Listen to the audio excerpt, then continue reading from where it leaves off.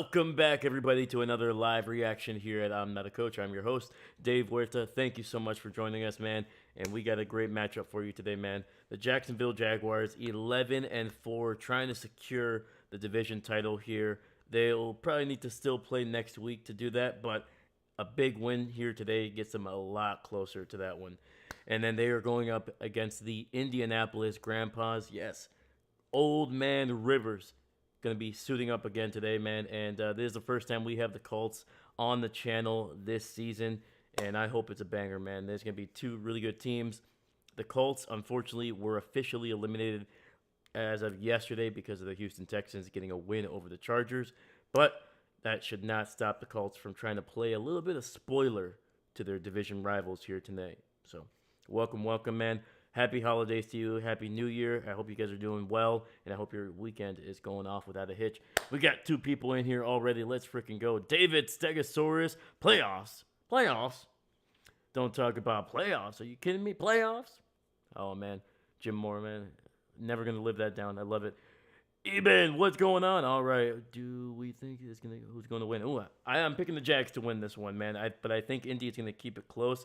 All right. Kickoff is up to the 30, across the 40, and getting it across midfield. And a great return by Indianapolis, getting them inside Jacksonville territory. 1st and 10. Old Man Rivers going to have a great way to start this drive. Let's freaking go. I love it. Heck yeah, man. All right, David picking the Jags. I like it. Eben, welcome, everybody, man. Thank you so much. Let's go. Chris, good afternoon. Tough loss, but how was the game? Dude, the game was awesome, man. My voice, I don't know if you can hear it. Not great. I will try to do everything I can to make it smooth and buttery. I have an ice pack on my knee, which means it was a great night. 1st and 10. Right, it's going to be a handoff up the middle, and that'll pick up about 3 yards. Jonathan Taylor, former Wisconsin Badger, picking up some good yardage there. Let's go. Dahlia, what's going on? Let's go, Colts. Heck yeah. Eben, Dave, how was watching the game yesterday? It was awesome, man. So much fun. I even posted a few pictures on the channel, so check those out. I'm going to try to get some more pictures and probably upload some videos as well. But yeah, man, it was awesome. A lot of walking, but great time, man. I always say if it's one thing to remember it, but if you don't feel it, it's even better, man. So, all right, run up the middle. Taylor gets a big chunk there and picks up a 1st down. But yeah, not gonna lie, man. Ice pack on the knee, feeling it a little bit in the hip as well. But it was fun, man. Luckily, it wasn't too cold, and the Packers did not get a win, man. It was tough. It was freaking tough. But they kept it close there in the 3rd quarter. Malik Willis went freaking off. And hopefully for Malik, man, he got himself maybe a big future contract next year. All right, 1st and 10, ball at the 30 of Jacksonville. And I should probably move the ball here. Sorry, Indianapolis does have the ball. It's going to be a run up the middle. And once again, Jonathan Taylor picking up a good chunk there. Oh, man. Dahlia, I want to upset everyone because I'm still upset about last night. Yes, Dahlia, let's go Colts. There we go. Oh, man. But, yeah, dude. Oh, man, it was so tough, man. It was a rough first half. People were booing LaFleur and the Packers at halftime. I did not. At the end of the day, I'm like, hey, the game's going, man. One half does not dictate what it's going to be. 2nd and 6. Quick throw to Tyler Warren, the tight end out of Penn State, and he picks up 7 and a 1st down for the Colts. Moving the ball here. I like it. But how's everybody's weekend going, man? Chris, Eben, David, Dahlia, how's your weekend?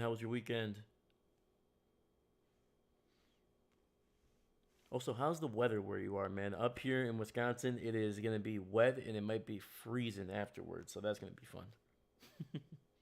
So a perfect day to do 3 streams, in my opinion. All right. 1st and 10, ball at the 19. 3 receivers to the right. Rivers in the shotgun, hands it off to Taylor, and he picks up 2 tough yards there against a the Jacksonville Jaguars defense, who was actually number one against the run coming into this game, averaging, giving up less than 87 yards on the ground. And Indianapolis coming into this game, they are the 10th best run offense with 124 per game. All right, we got 2nd and 6 here. Ball at the 15. Rivers in the shotgun, running back to his left. Single receiver on that right side. Rivers looking, scanning, throws to the right, and it's going to be incomplete. Trying to get it to Michael Pittman there in the end zone. Even about the same in Michigan as it is for you. Oh, there we go. Right on, right on. Go blue. Wolverines.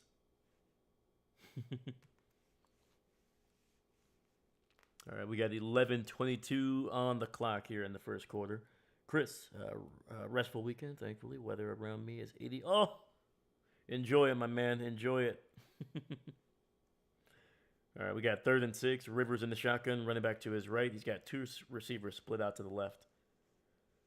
Looks, throws to that left side, and incomplete. Trying to get it to Joshua Downs there. Only able to get one hand on it, but unable to haul it in. Otherwise, it would have probably been a first down. 1st and 10 would have been coming up here. All right, man. Indy is going to have to settle for a field goal here. And Indianapolis also coming into this game, they are the most efficient offense still, even despite a 5-game losing streak. They're scoring on nearly 51% of their offensive drives this season. And that statistic has only gone up because they got 3 on that. Boom. All right, man. Indy able to take advantage of the great opening position there with the great return.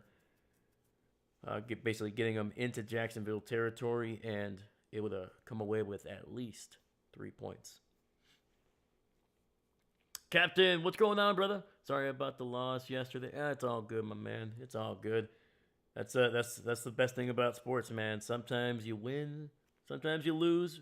That just makes the wins even more precious, man. Hopefully we can Packers can finish the season, the regular season, strong heading into the playoffs. Let's go. Eben, my weekend was great. This morning was rough, though. I do cameras for my church live stream, and usually we have like camera, but because of sickness, it was just me. So, oh man, holy cow, man, working hard, dude. Hopefully everything was smooth after that, man. But shout out to you, man. Doing the work, man. I like it. I appreciate that, man. Yeah, man. And people have been getting sick for the last couple of days. Luckily, I have not been hit yet, so knock on the wood. But yeah, man, at my work, people are getting sick. Apparently, there's like almost like 10 players in the NFL that didn't travel with their team just because they were just too sick to travel. So yeah, man. So make sure you guys are taking care of yourselves, man. And if you do get sick, take some rest, man. There's nothing wrong with taking a day or two.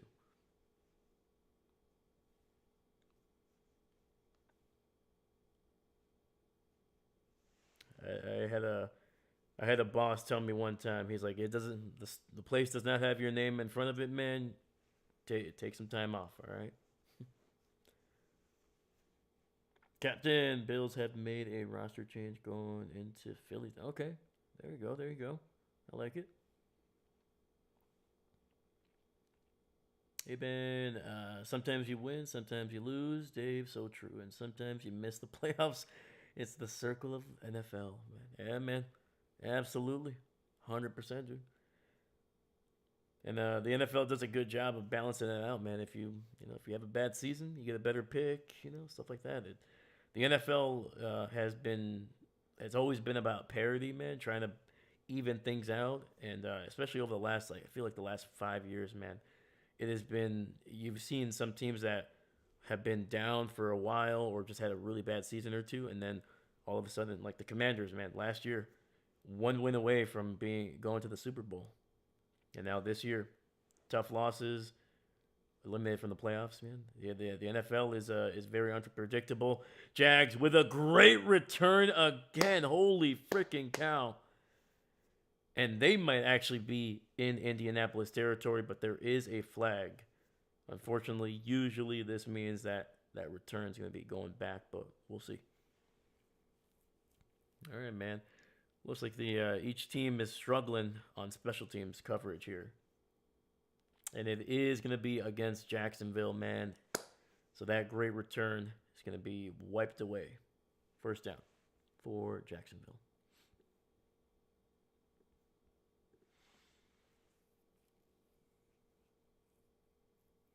Captain Kaliki Malatu has been added to the roster. Have you heard of him? I have not, man.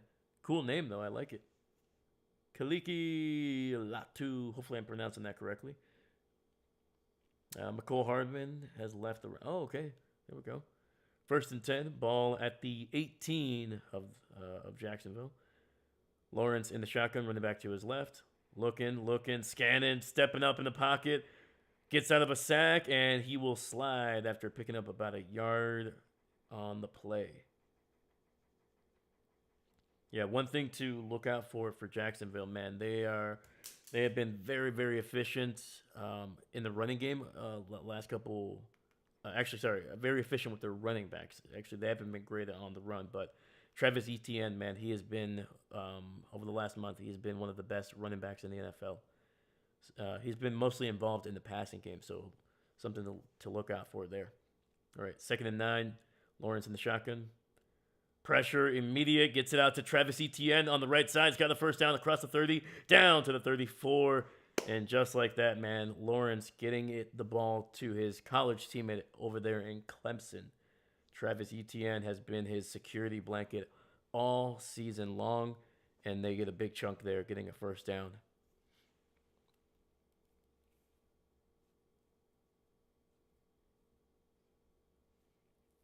Captain, what a round pick was Kaliki Latu, if you don't mind me?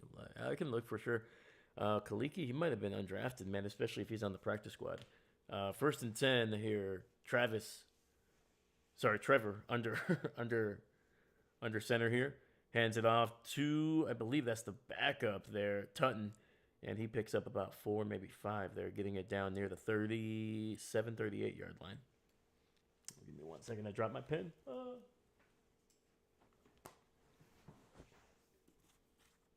And David McCall Hardman is like a microwaved plate of food, either hot or red hot or still frozen to be used. Yep.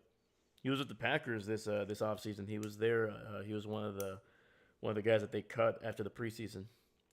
There was talks of him like they're like, oh yeah, this guy's gonna be our number 3, number 4. Nope, didn't make the roster. All right, we got 2nd and 7, ball at 37. Lawrence play action, throws it underneath, gets it out to Etienne, and he's able to eke out a yard on the play. So 3rd and medium coming up for Jacksonville.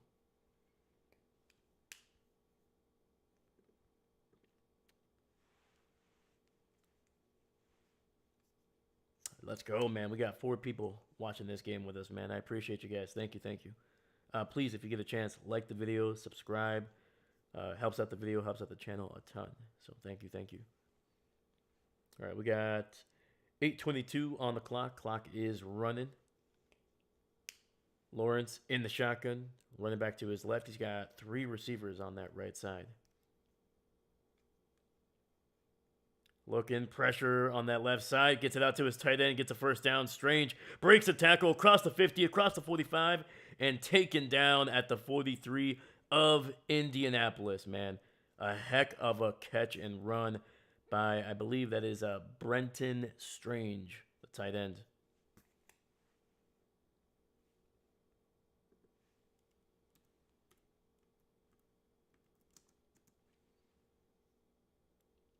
Lawrence looking, throws underneath the coverage, finds, I think that is one of his receivers picking up about 4 yards.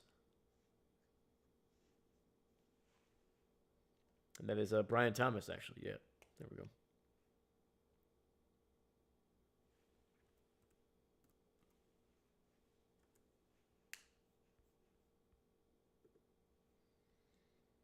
Yeah, so Kaliki Latu, tight end, undrafted in 2025 out of Washington. He's only caught one pass for 4 yards. All right. 2nd and 6, ball at the 38. Lawrence in the shotgun, running back to his right. He's got two receivers split out to the left. Looks to that left side, gets it out quickly to the 30, 25, and I believe that is going to be Parker Washington, who has been really coming on the last couple weeks. Gets a big first down and just picks up some big yardage down that left sideline. I like it, man.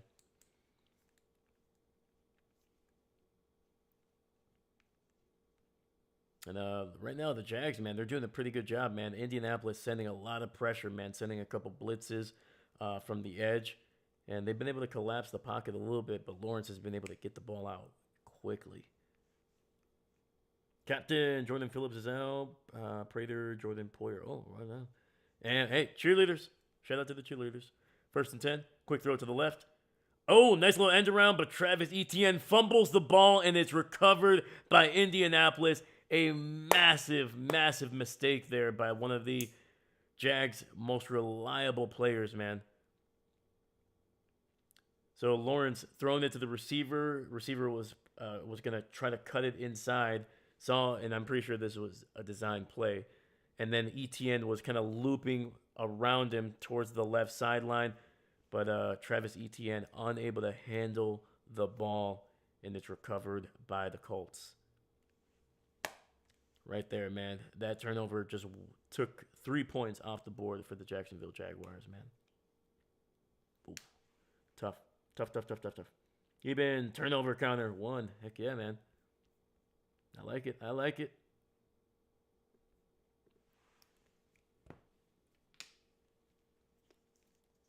Haha, suck it, Jags. Aw. I do like that. Trevor Lawrence, though.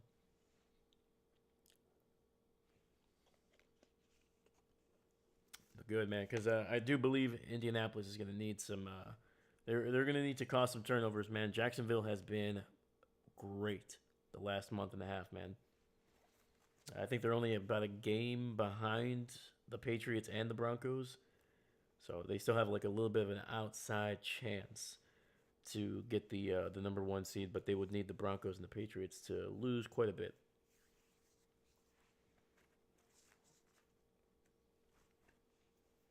Captain Cameron Williams is on IR for the Eagles. Ooh. Yeah, man, especially this late in the year, man. Injuries.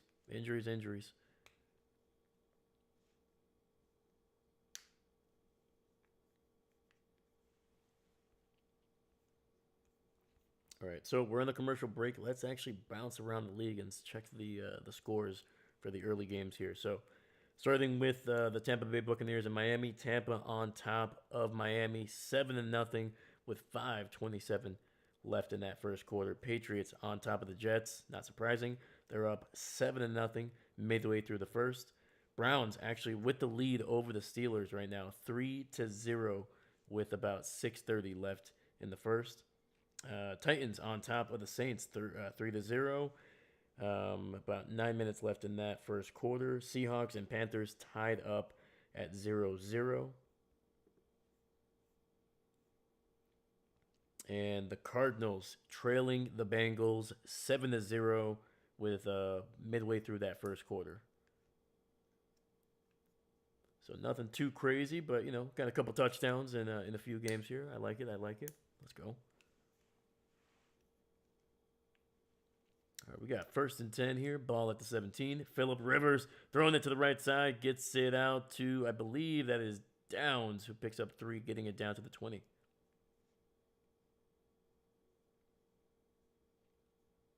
Actually, sorry, that was Michael Pittman. Even 49ers probably have one of the biggest IRs in the... Oh, absolutely, man. And a lot of key players, too, man. Especially on that defensive side. Fred Warner, Bosa. Like midway through the season, they were down to like their 5th string receiver for a while. All right, 2nd and 7. Phillip Rivers throws to the right side, and he's got Tyler Warren, the rookie tight end, able to catch it inbounds before going out on the right side there. First down. Look at that, dude. Look at the grandpa slinging the ball down the field. I like it.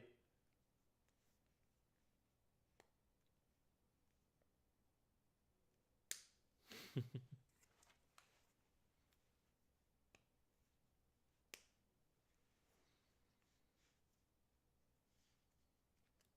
right, we got a little under 5 minutes left here. 1st and 10, ball at the 32. Rivers in the shotgun, running back to his right. Jacksonville sends pressure and tries to get it out to Jonathan Taylor, unable to handle the pass, incomplete. 2nd and 10. And David, TD Cleveland. Oh, woo. Let's go, man. Cleveland on top right now. I think, it's going to be like 10-0? All right, man. Shador.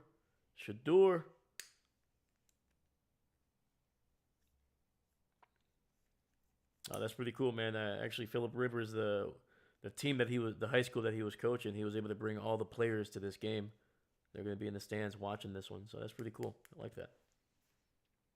2nd and 10, Rivers in the shotgun with some time over the middle, and he caught it. Wow, man. I think that's the backup tight end, Mallory. Had it in his hands, took a hit from behind. The ball popped up, but it landed right back in his lap. Woo. Able to extend that right arm to try to bring it back in. Heck of a catch, dude. Heck of an effort there.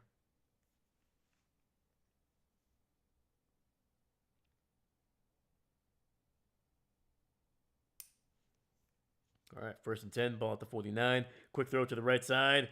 Makes a man miss, and Josh Downs picks up a yard down to the 50, but there is a flag. Even Philip Rivers originally played for the Colts or another team. So he was drafted.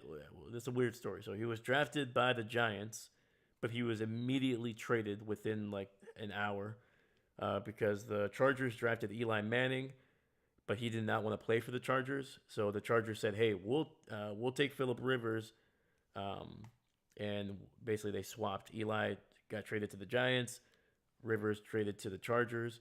That's where he played for the majority of his career. Bounced around and then Rivers played for the Colts for I think it was 2 years. I think, but yeah, then he retired in 2020 after leading the Colts to the playoffs, and then didn't play for 5 years, and now he's back.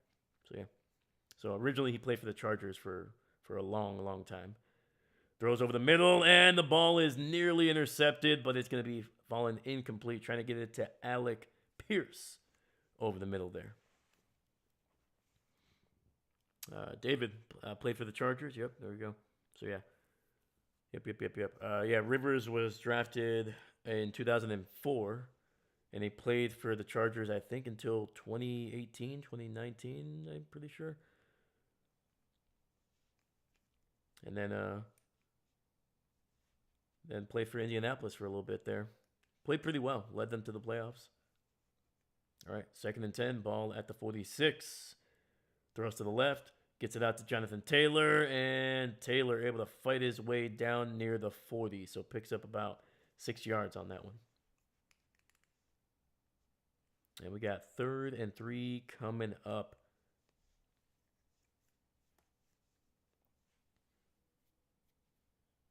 Yeah, the Chargers, they liked Eli, but Eli and his family were like, yeah, we're not going to play for the Chargers. We don't want to play for San Diego. So Rivers, when the Giants drafted him, they said, well, fine, we'll swap. 3rd and 3.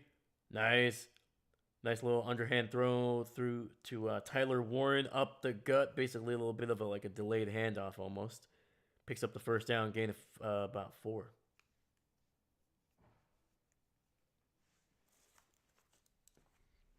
Yeah, man.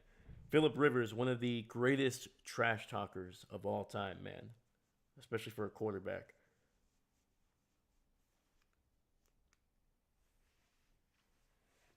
Doesn't cuss, though. Doesn't really cuss a whole lot.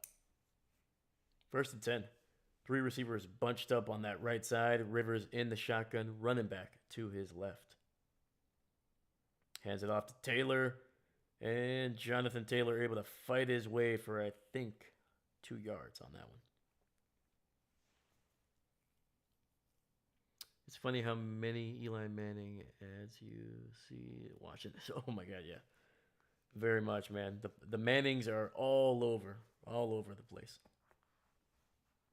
Yeah, they are basically football royalty, man. Their dad played for the Saints in the 70s and 80s, I think. Pretty sure. And then obviously Peyton, legend, first ballot Hall of Famer. All right, Rivers in the shotgun. Quick throw over the middle. Gets it to Mo Alley Cox. And he will pick up about 6 or 7 there. Setting up a 3rd and short for the Colts. I'm more than just Eli Manning. I'm also motivating. I think isn't that the? I think that's Peyton. I think that's Peyton's. One of his ads. One of his many ads. All right, 3rd and 1. Hands off to Taylor. Picks up the first. Gets it across the 20. Down to the 19. And the Colts are in the red zone again. 45 seconds left in the first here.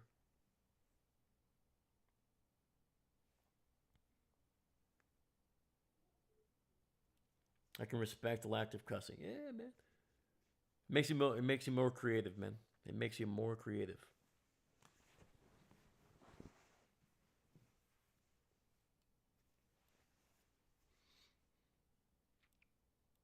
All right, Rivers under center, single back in the backfield, single receiver on that right side. Hands it off to Taylor, running to the left. Got some room inside the 15, down to the 13. Nice little run there, and that'll be the final play before we head to the second quarter here. All right, man. Indianapolis, 2 drives, able to get it into the red zone. First one, they had to settle for a field goal here. They're marching, man. They are marching.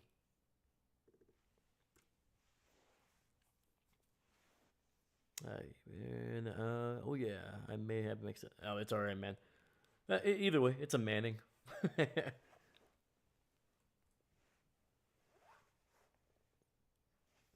Those Mannings, man. Yeah, if you, I think the first time we kind of, at least the first time I noticed that Peyton had a little bit of a funny bone to him was when he did I think he hosted SNL like 15 years ago or something like that. And he had some really funny skits, man. So if you haven't gotten a chance, I would recommend those. It's really funny.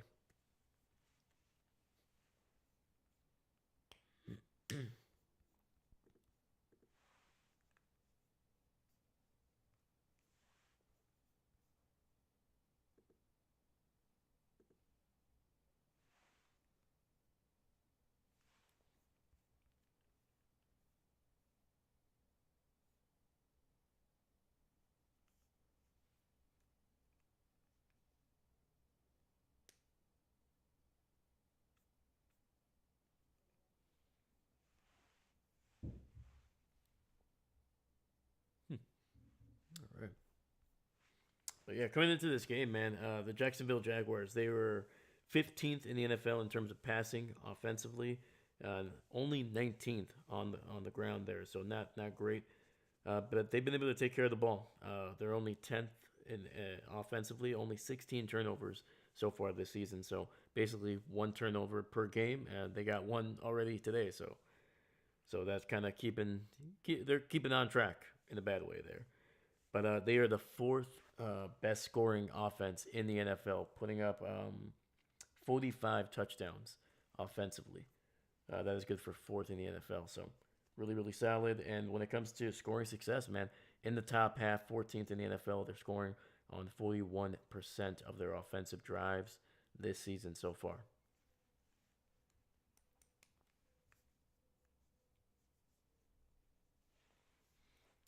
Something I find hilarious is Sunday conversation with Caleb Presley. He does a lot of interviews with. Oh, really? Huh? Caleb Presley. I have no idea who that is. Let's check it out.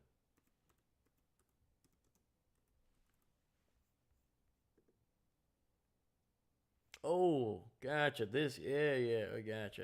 Caleb. Yeah. Sorry. I've seen his videos on YouTube. I never clicked on them, but it's not because I don't like him. I just don't have time. But okay, now I see this guy. Yeah, I got you. 2nd and 4 here. We're back. Rivers under center, single back in the backfield. 2 tight end set. Handoff up the gut, and Jonathan Taylor able to pick up 6 yards and a first down, and they are inside the 10. It'll be 1st and goal. Presley is a comedian. He basically interviews people to make them uncomfortable. That sounds like either Eric Andre. He had a show on like Adult Swim like a decade ago. And then I think Zach Galifianakis also had a kind of show like that too. So, all right, we got 1st and 10. Ball at the 7. Another handoff up the gut here, and Taylor just keeps grinding away. They are down near the 2.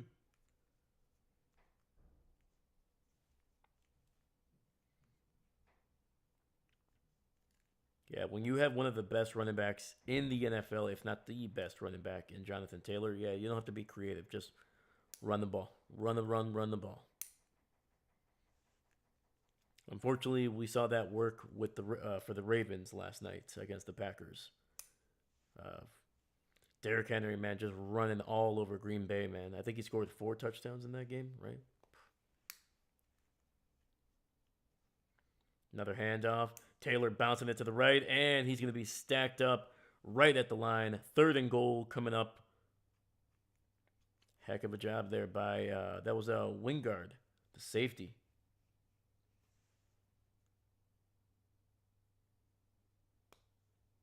I think they could have actually gotten Indianapolis for a hold there.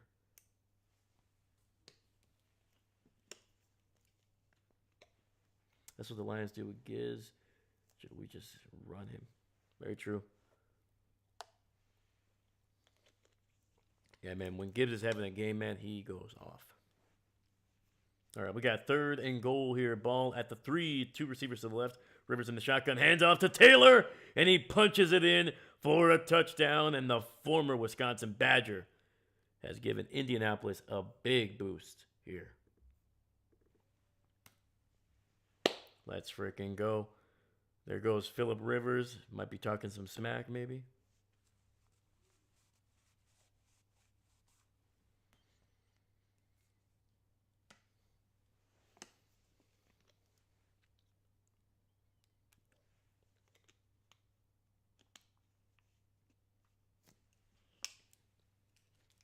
And Badgley able to tack on the extra point.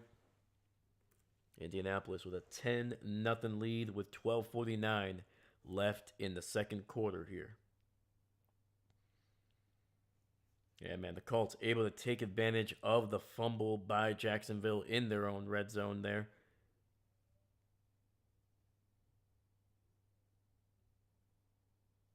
That's how you do it, man. That's how you do it.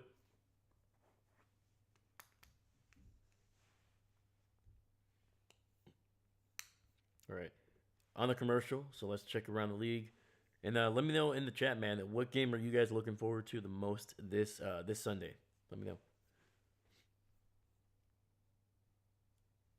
All right, so at the end of the 1st quarter, Buccaneers are tied up with the Miami Dolphins. They're 7-7. Patriots up 14-0 over their division rival, the New York Jets. There's about a minute left in the 1st. Browns are up 10-0 over the Steelers with about a minute left in that 1st quarter. Titans on top, 6-0 over the Saints. Probably tacking on a few field goals there. About 4.5 left in the 1st. Seahawks finally break the deadlock over the Carolina Panthers. They're up 3-0 with just under 2 minutes left in the 1st. And early, actually seconds into the 2nd quarter, the Bengals on top, 13-0 over the Cardinals. I think they just scored a touchdown, so they might be tacking on an extra point here in a couple seconds. Eben, looking forward to Eagles and Bills. Hey, there we go. That should be a good one, man. That should be a good one. Hopefully the Eagles can actually move the ball on offense just to make it interesting.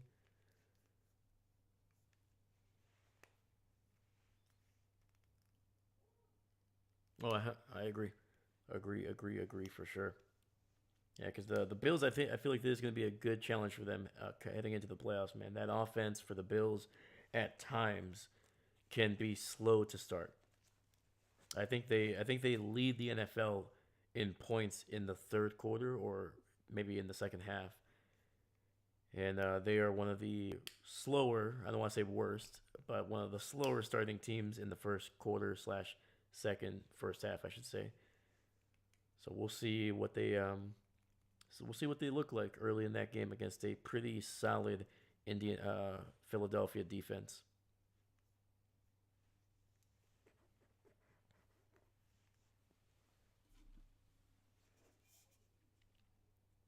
Oh, kick is away, caught at the 1, return to the 10, to the 15, to the 20, 25, 30, and able to spin his way down to the 31.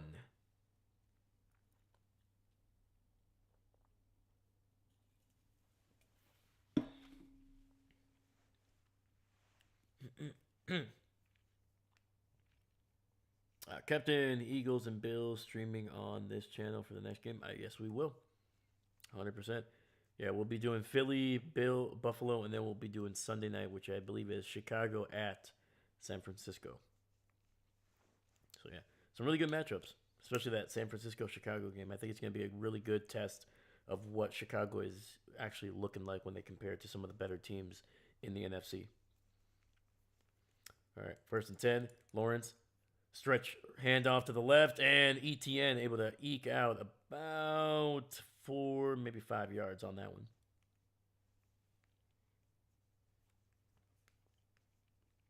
And week 18 is also going to be a very interesting week for the 100%, man. 100%. Yeah, man. It's definitely the NFL has really figured out a way to make the last 2 weeks of the NFL kind of matter a little bit, just a little bit more, especially with most of them being like divisional games. 2nd and 6, handoff, ETN, and trying to fight for yardage, but is only going to pick up about 2 yards there on 2nd and 6.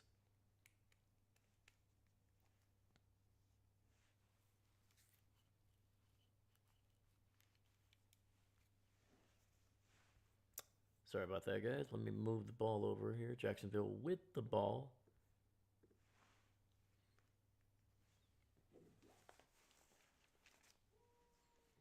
All right, so we got 3rd and 3 coming up here. Lawrence in the shotgun, running back to his left. He's got 2 receivers stacked up on that right side. Indianapolis showing a lot of pressure. Send the corner blitz, able to get it out over the middle, and it's a 1st down catch. Woo! That was Jacoby Myers, a guy that they not only traded for at the deadline for coming from Las Vegas over there, but they actually just gave him a big contract this just last week, I think. It was like a 3-year deal, averaging about $18 million a year, which is quite a bit. But Myers, he's been pretty solid for him. All right, we got 1st and 10, ball at the 46 here. Fakes the handoff, rolling off to his right. Lawrence looking, throws, and I think he found Jacoby for a pickup of about 9 there before going out of bounds. Captain Dave, who was Green Bay's quarterback yesterday because Love was out? It was Malik Willis, and he played pretty darn well. Unfortunately, Malik did leave the game late in that 4th quarter. I think he did come back, but unfortunately it was a little too late. Throws to the right, and that's going to be incomplete. Trying to get it to Brian Thomas, and that was Sauce Gardner on the coverage. So 2nd. Oh, hold up.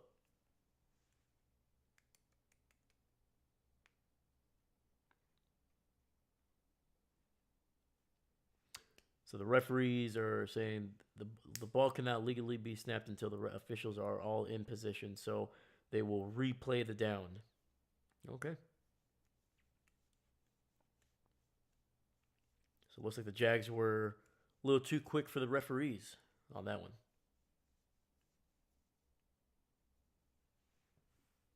All right. 2nd and 1, ball at the 46 of Indianapolis. Lawrence under center, single back in the backfield. Hands it off. ETN bouncing it to the right, gets a first down, picks up about 4, getting it down to the 41. But yeah, man, Malik, really, really freaking good game, man. I think he threw for over 250, threw a couple touchdowns, threw for a touchdown, and then ran for 2. He was phenomenal, man. But yeah, it looks like he tweaked his shoulder. He headed to the locker room for like a couple plays, which was really weird. I don't remember ever seeing that. Like usually they check him out on the sidelines. And then unfortunately 2 plays later, the backup threw a pass. It bounced off of a receiver's hand and was picked off. So Lawrence pressured, gets it out, and incomplete. Trying to get it to Jacoby Myers there. A lot of pressure in Lawrence's face. But didn't take the sack, and it's going to be 2nd and 10.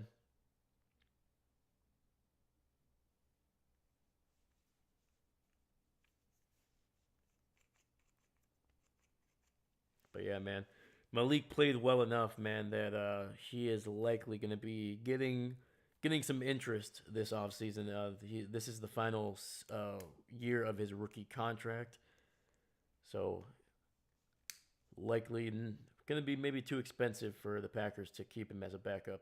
2nd and 10, Indianapolis sends pressure up the gut. Lawrence able to get the ball out, but is that a catch? And that's a catch.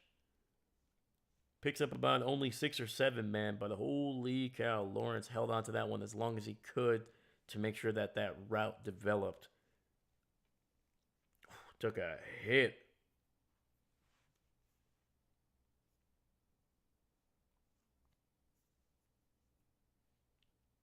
And yeah, man, Jacoby able to keep that left toe dragging. See here. It's close. 3rd and 5. Able to get it to Brenton Strange to the 30, 25. Breaks another tackle and gets it down to the 21. That is a first down for the Jacksonville Jaguars.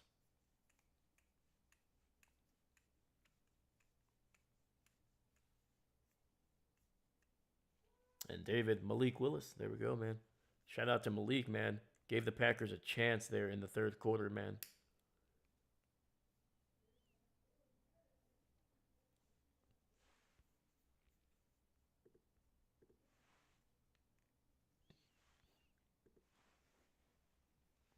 Handoff, ETN with some momentum across the 15 and gets it down near the 11. Might have picked up the first down for the Jags. And I think it's going to be 1st and 10, ball at the 11.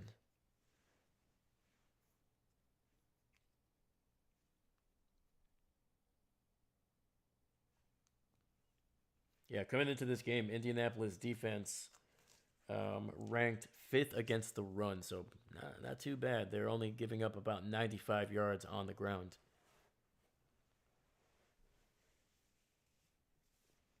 All right, we got 7:10 here in the 2nd quarter, so a little over halfway through. And play clock is running down. Lawrence going to use the first timeout here for Jacksonville.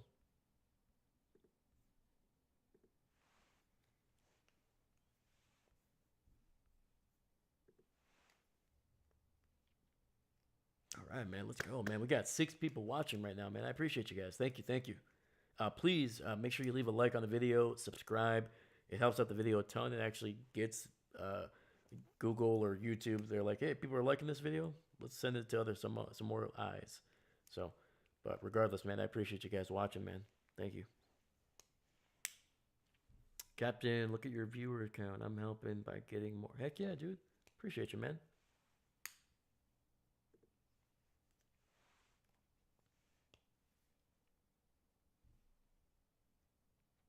Captain, you're the man, dude. I appreciate you.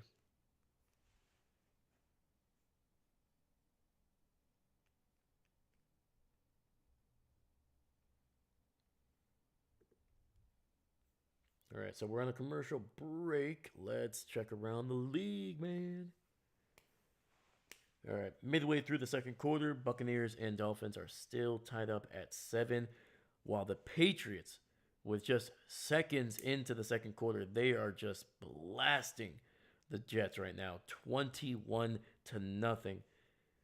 And something tells me, unlike the 21 nothing lead that they had over the Bills a couple weeks ago, the Patriots are probably not going to be losing that one.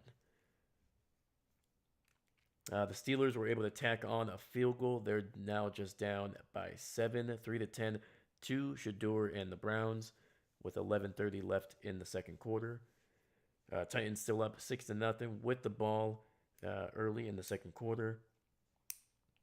Cardinals able to score a touchdown, so they were able to cut the deficit there down to just 6. They're trailing the Bengals 13-7, and the Seahawks still up 3-0 over Carolina, who has the ball at their own 20 early in the second quarter.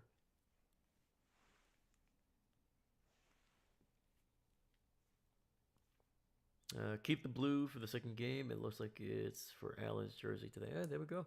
Heck yeah, dude.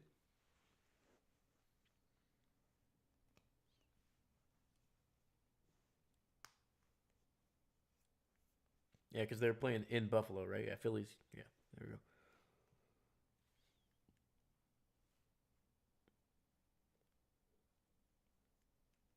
All right, we're back, baby. Let's go. Oh, Lawrence splitting out wide as a receiver to the right. This is going to be a direct snap to Travis Etienne. Takes the snap up the gut and will get it down near the 6. Picks up 5 yards. I like it. A little wildcat by the Jags there. And that just tells you how much confidence and trust that they have in Travis Etienne, man. He's the guy that unfortunately was unable to handle the lateral on the previous drive that gave, obviously, the Colts the ball. And in this drive, man, it's been all Etienne from the beginning. All right, 2nd and 5. Lawrence throws to the left. High throw. Gets it out to Washington. Only able to pick up 2 yards down to the 4. So 3rd and short coming up here.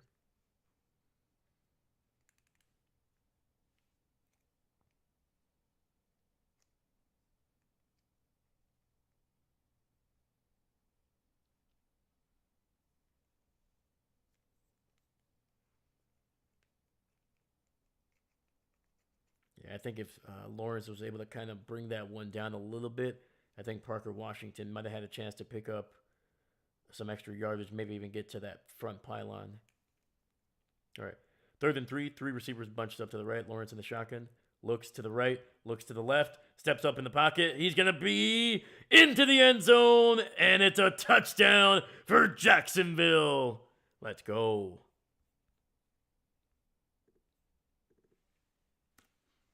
Trevor Lawrence, man, was scanning the field, couldn't find anything, stepped up in the pocket, took off to the left, broke a tackle, and then just strolled on in. Great job by that offensive line, man. Just able to kind of open up a big lane in between the left tackle and the left guard. And Lawrence, obviously one of the more athletic quarterbacks in the NFL, able to take advantage. Extra point is good. Jacksonville able to get on the board here. They were looking good on that first drive, but obviously the turnover changed a few things there. They might have been able to come away with at least a field goal on that opening drive, so we could have easily had a 10-10 game right now. But there we go. Poop. Captain, yep, sorry, there's in their white jersey today. Oh, gotcha. White jerseys, that's all right. Ooh.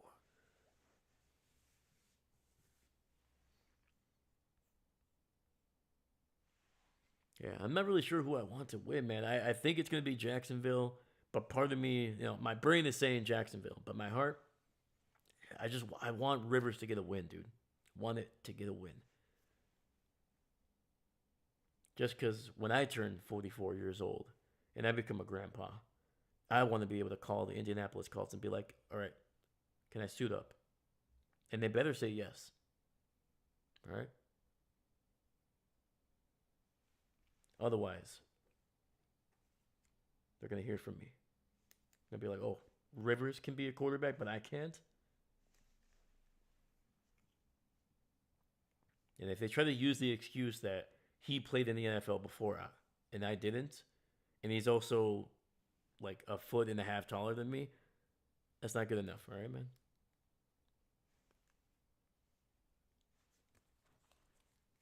All I'm saying is I deserve my chance to be a starting quarterback in the NFL when I'm 44 years old.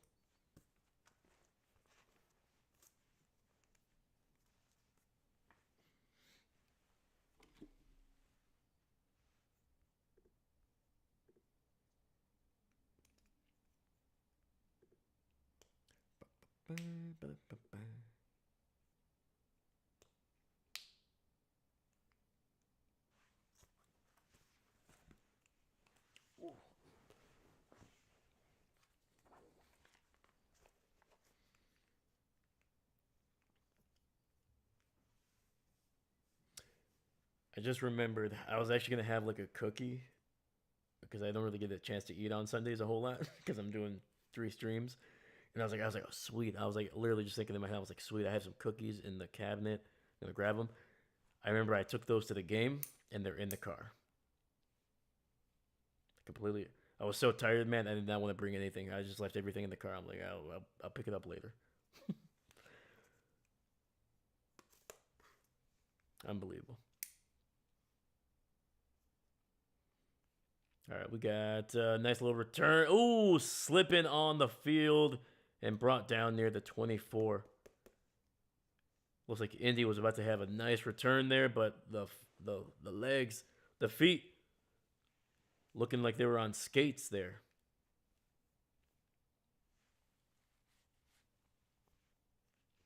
Also, shout out to the people doing the Winter Olympics, man. I don't feel like they're getting a whole lot of coverage right now.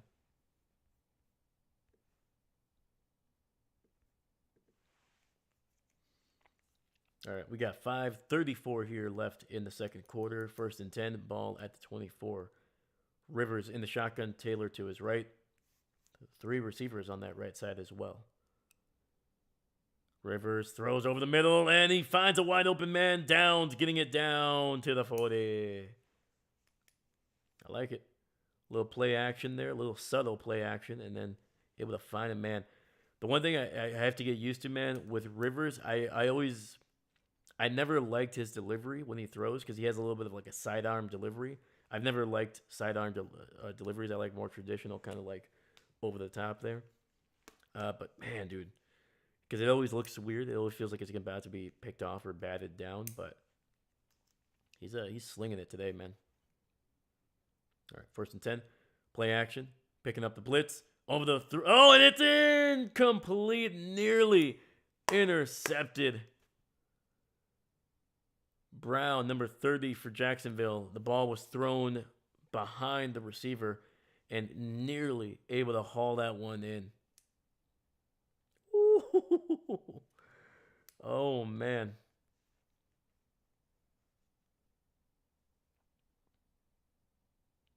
Old man Rivers trying to give somebody a late Christmas present on that one. 2nd and 10. Phillip in the shotgun, running back to his left. Looking, scanning the field, underneath to his tight end, and Warren fighting for that extra yard, picks up about 4 or 5 on the catch and run. Ooh, look at that, man. There's a little chippiness there, man. Rivers talking some smack. Defender not liking it. I like it. I like the fire, baby. I like the fire. And that was a Smoot who was kind of driving Phillip. He wasn't driving him down. He was just driving him back, and Rivers did not like that. Just a little chippiness. I like it. Let's go. You know, pretty soon we can have a little bit of a remake of 2 Angry Old Men. All right, 3rd and 5, and the Colts are going to burn a timeout here. It looks like the play clock was running down.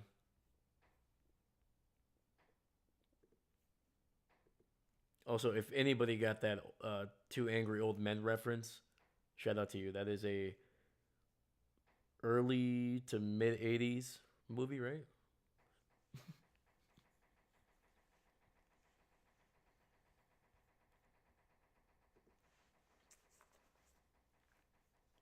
Let me see here. David. Oh, sorry. Hold on. I'm missing. Captain. Last week was the Bills' last away game. Now their last two are at home. Oh, there we go. Nice little way to ease themselves into the playoffs. And then David, don't forget to like and subscribe. Yes, please like and subscribe, man. It helps out the video a ton, dude. Believe it or not. Yeah, YouTube has changed a lot over the last couple of years, but liking videos and subscribing is still a massive, massive way to get the channel to grow a little bit. So thank you guys. I appreciate you. All right, 3rd and 5, 5 receiver set, 3 to the left. Phillip Rivers in the shotgun. Delivers a throw, and it's going to be incomplete. Once again, Brown nearly able to intercept that ball, unable to undercut it just enough to bat it away.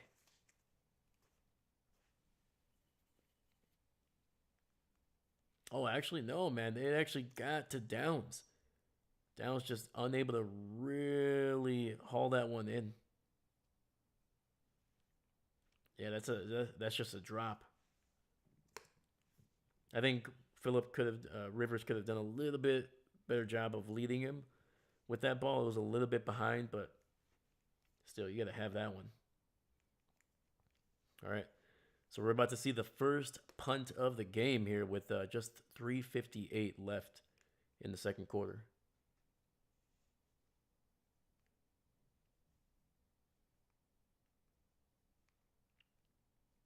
And we got a flag here. It's going to be a delay of game on the Colts here, trying to get Jacksonville to jump off sides, but no go there. So Roberto Sanchez is about to punt it away here. Sorry, let me say his name properly. Roberto Sanchez.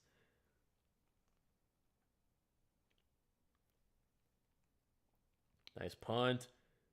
Caught inside the 15, and Parker Washington able to make a couple guys miss, getting it down near the 18, but there is a flag.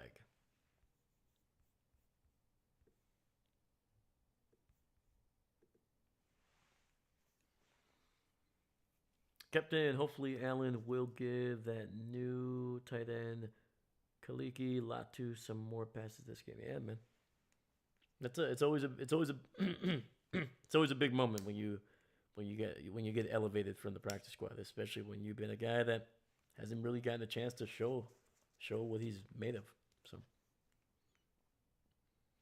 So it's actually going to be on Indianapolis, a face mask. So that's actually going to tack on some decent yardage to the end of that return. So I think the Jags are going to get the ball somewhere around the 33, 34.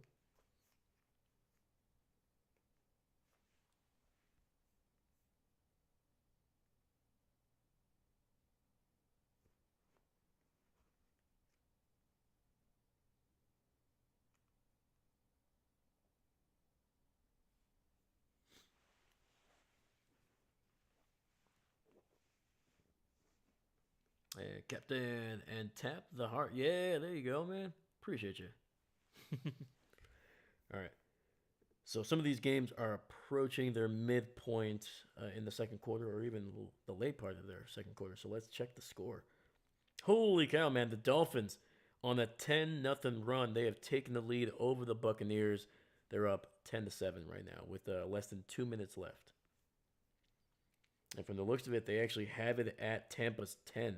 So there's a chance that they are able to extend their lead before the half. The Jets, not going to get shut out. They are able to tack on a field goal with about 6 minutes left in the second. They are now just down 21-3. Steelers with the ball with under 5 minutes left. They have it at Cleveland's 30, and they are trailing 3-10. Titans looking good the last couple of weeks, man. Right now they're shutting out the Saints. They're up 13-0 with just under 6 minutes left in the second quarter. Seahawks still holding on to that 3-0 lead midway through the second quarter. And then finally the Bengals have the ball at Arizona's 38, and they're up 13-7 with about 4 minutes left. So close games, man. There's only one real blowout, and that's the Patriots up by 18 points. Let's go. David Pitt gets an INT on Cleveland, not a pick six. Come on. I'm telling you. I'm telling you.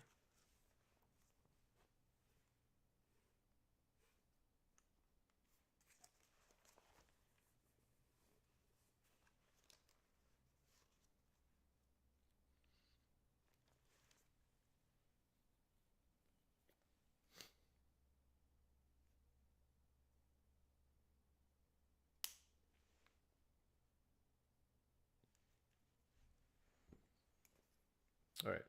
Ball at the 32. First and 10 for the Jaguars. All right. Lawrence in the shotgun, running back to his right. Pressure, throws to the right side, finds Brian Thomas, picks up 11, and a first down before going out of bounds there on the right side.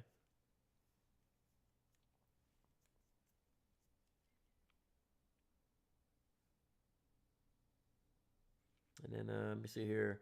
Captain, the red hard button counts as engagement. Oh, right on, man. Heck yeah. Appreciate you, man. David, Dave, what's something that you shouldn't say at a wedding? Um, where where my single ladies at?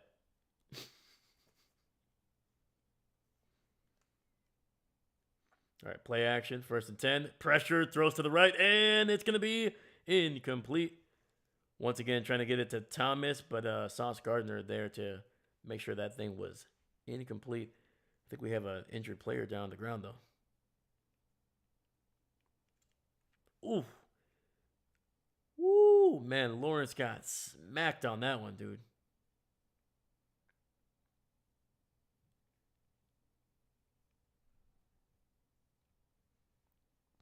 Yeah, it looks like Brian Thomas, man, the intended receiver there. They're checking out his left foot, left ankle. Yeah, he was kind of trying to, as he was trying to adjust to that ball that was kind of thrown to the sidelines, he looked like he was stepping awkwardly there, so hopefully he's okay. Nice.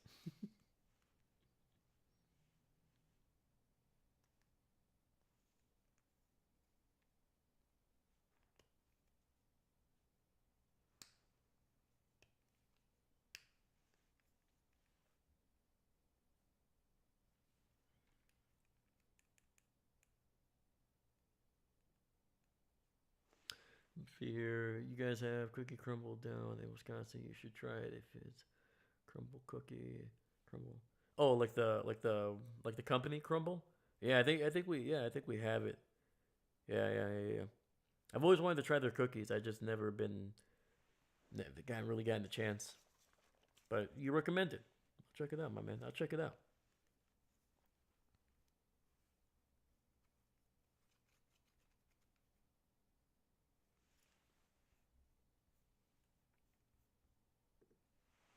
Is there any particular cookie that you recommend? Let me know.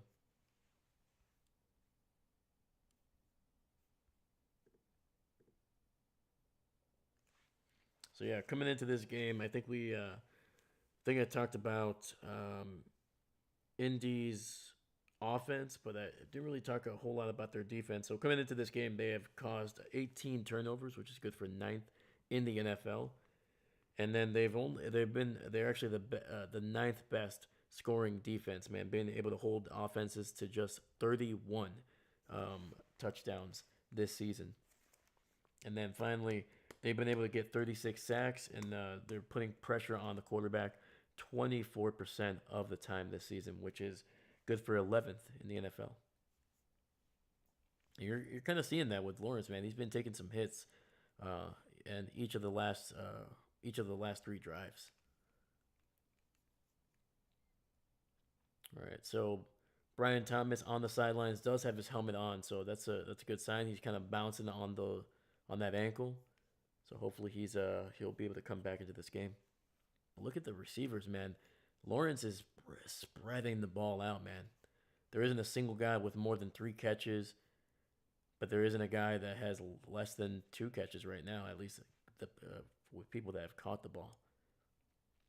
Second and 10, ball at the 43 here. Lawrence in the shotgun, running back to his right. Looking, trying to set up a screen. He's going to take off and run, breaks a tackle, and he's going to slide for a loss of 1 there, trying to avoid a hit.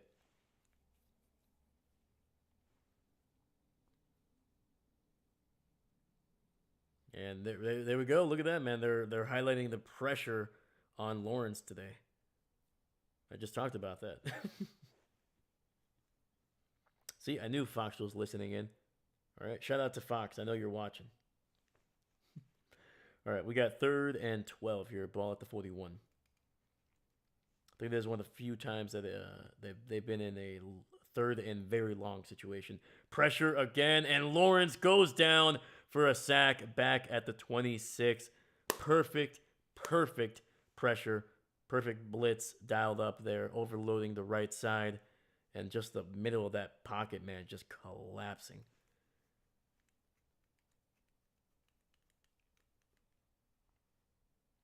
Ooh, Lawrence kind of got bent backwards, man. Hopefully he's it seemed like he bounced back up, man. But that left leg, dude.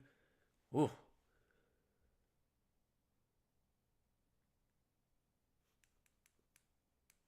All right, man. We got, and that's the 2-minute warning, man. So Indianapolis going to have a chance to tack on some points before the half here.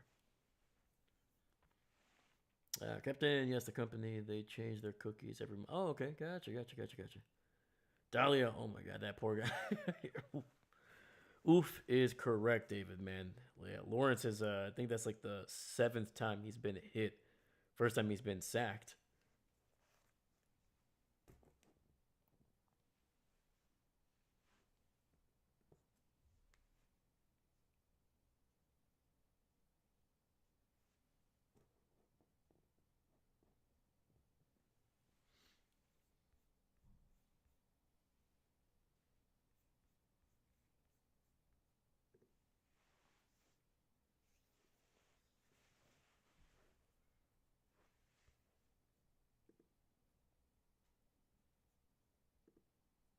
All right, so we're currently on commercial break.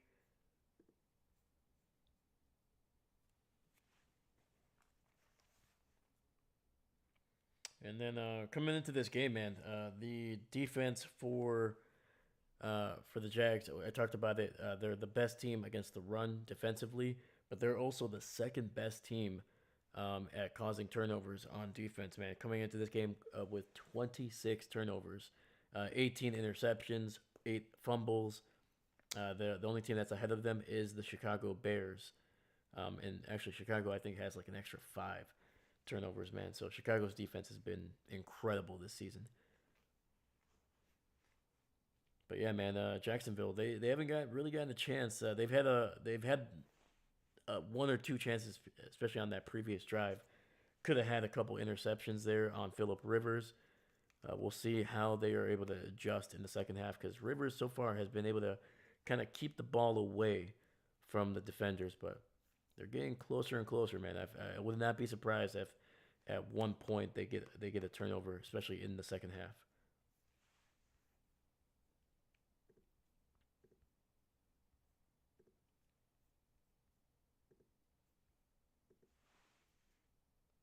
Dude, we got 8 people watching right now, man. I appreciate you guys. Heck yeah, let's freaking go. Please, if you're new or you're just joining us, welcome, first off. And then if you could please leave a like and subscribe, man. It helps out the channel, helps out the video a ton. Punt is away, caught at the 11, and spun down right away, man. Lake, number 23, nearly got a freaking penalty there by standing over the returner there, but a great freaking tackle in the open field. Let's go.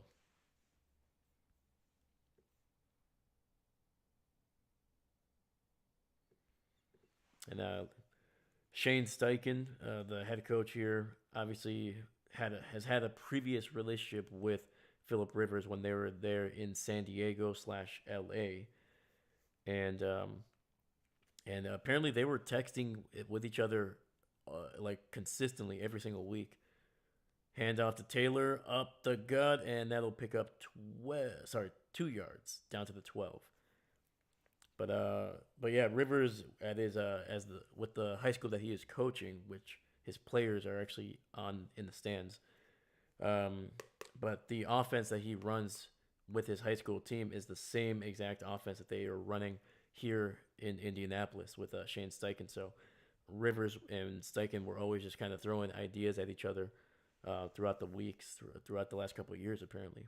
So 2nd and 7, Rivers in the shotgun, looking, throws underneath, tries to get it out to Taylor, and well, he's able to catch it, not able to get any real positive yardage before going out of bounds. Stops the clock at 1:07.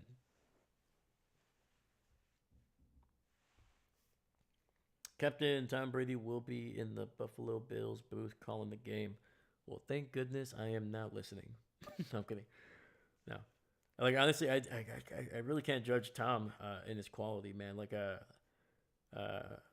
Obviously I didn't like him as a player because they always won. But yeah, as a commentator, I have no idea if he's good or bad. So let me know. 3rd and 7, Rivers in the shotgun, looking, pressure, gets it out, and that's going to be incomplete. Trying to get it to Taylor there, trying to get something. Clock is stopped again. 4th and 7, 1:03 left before halftime. So actually, the Jaguars are going to have a chance with some points here. They got 2 timeouts, plenty of time. Woo, Rivers taking a hit after the throw. I'm surprised that there wasn't a flag, dude. That was a very late hit. They landed on him too. All right.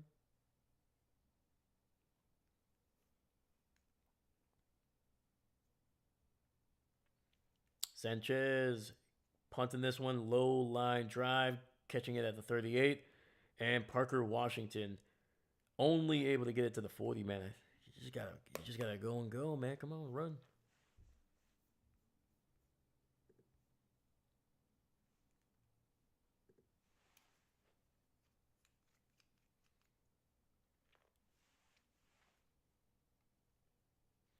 Captain, you will hear him. Yeah, man. Well, ever since I started doing the channel, man, I watch these games on mute, so I don't really hear any sounds. Which, to be honest with you, man, I don't know why. Like it has nothing to do with my commentary, honestly. I actually like watching the game without the commentators. Like there's some really great ones. Don't get me wrong, definitely.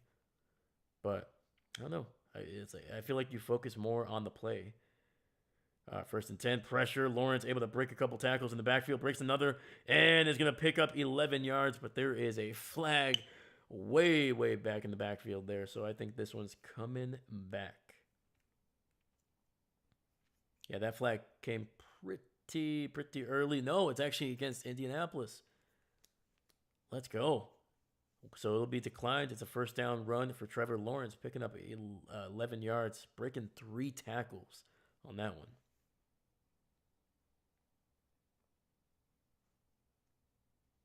Oh yeah, there you go. Yeah, I should have seen. Honestly, I should have seen that one, dude. Jesus. Yeah, Latu jumping the gun there, jumping the snap on that left side.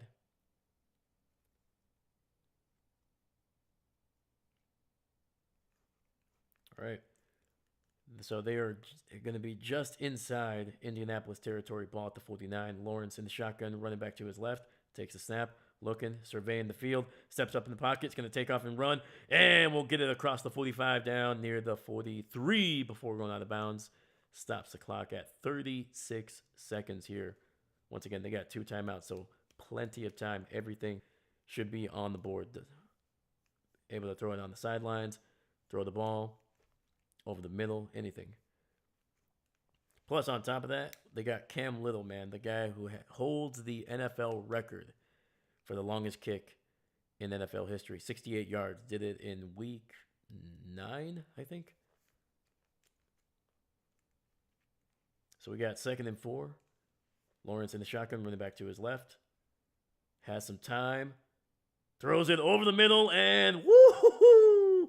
Parker Washington getting it down to the 22. Kind of landed on his head, but able to kind of roll that one out. Nice little somersault there. I like it. Or barrel roll, sorry. Yeah, Lawrence, one of the few times he's had time and trying to squeeze that one in, that was still a risky freaking throw, man. Not necessarily because it looks like Cross could have had a chance to undercut that one. Obviously, able to put it up high, but Washington could have been smacked on that one, but did not. All right. Jacksonville using the timeout here. Still got one more left. 27 seconds left. Ball near the 22.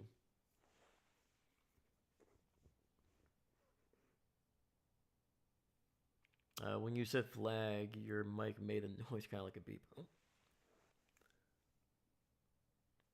Yeah, the NFL has to censor me when I say flag. They don't like to be told that they're throwing flags on the field. 1st and 10, quick throw to the right. Brian Thomas not smartly going out of bounds. Now he does. There we go. Trying to do a little too much. I don't know why he was trying to curl back inside the field. You already had like 7 yards, man. Just take it, get out of bounds, stop the clock, don't waste time. All right, 21 seconds left. 2nd and 3 coming up.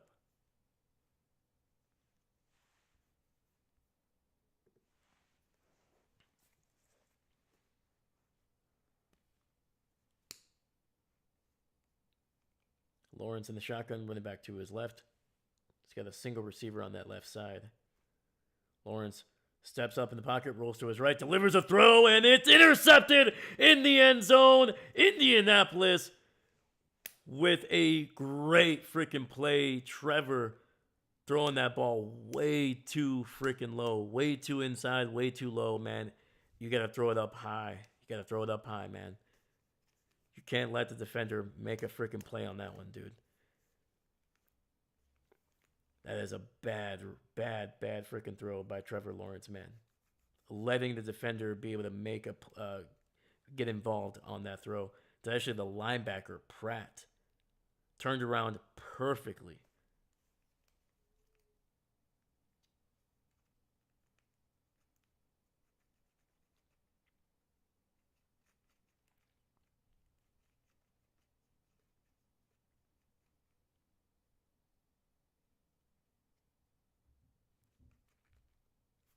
Yeah, that was a bad throw, man. Bad. All right, Indianapolis takes a knee, and we're going to head to halftime with the Colts on top of the Jags, 10-7 right now.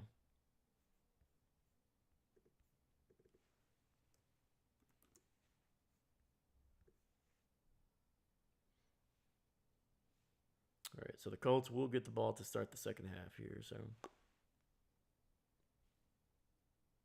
actually, no, sorry, I'm wrong. The Jags. Forgot Indianapolis got the scoring started, man. Able to get a field goal.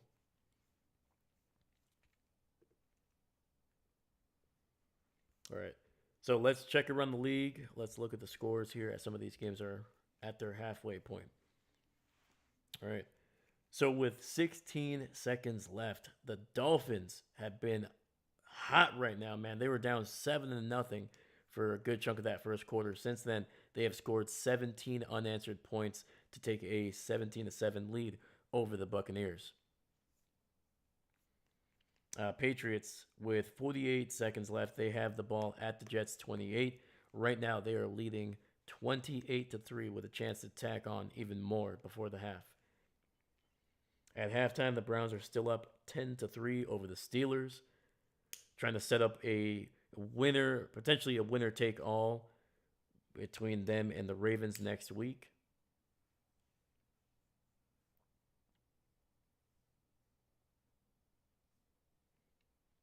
Let me see here. Sorry, I was looking at the highlights on the screen. And the Saints able to making it close here, man.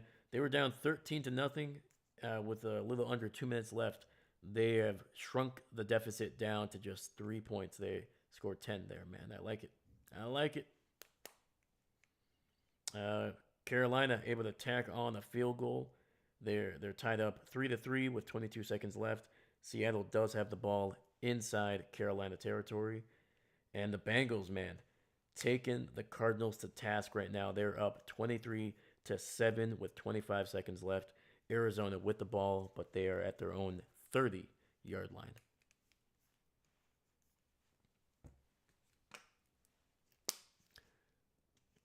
Let me see your captain. LOL. Seattle is tied 3-3 to Carolina. Yeah, man. The Panthers, man. Their defense is solid, man. Their offense is very volatile. Sometimes they look like a competent offense. Other times you're like, okay, things are clearly not working there. But their defense has been consistent.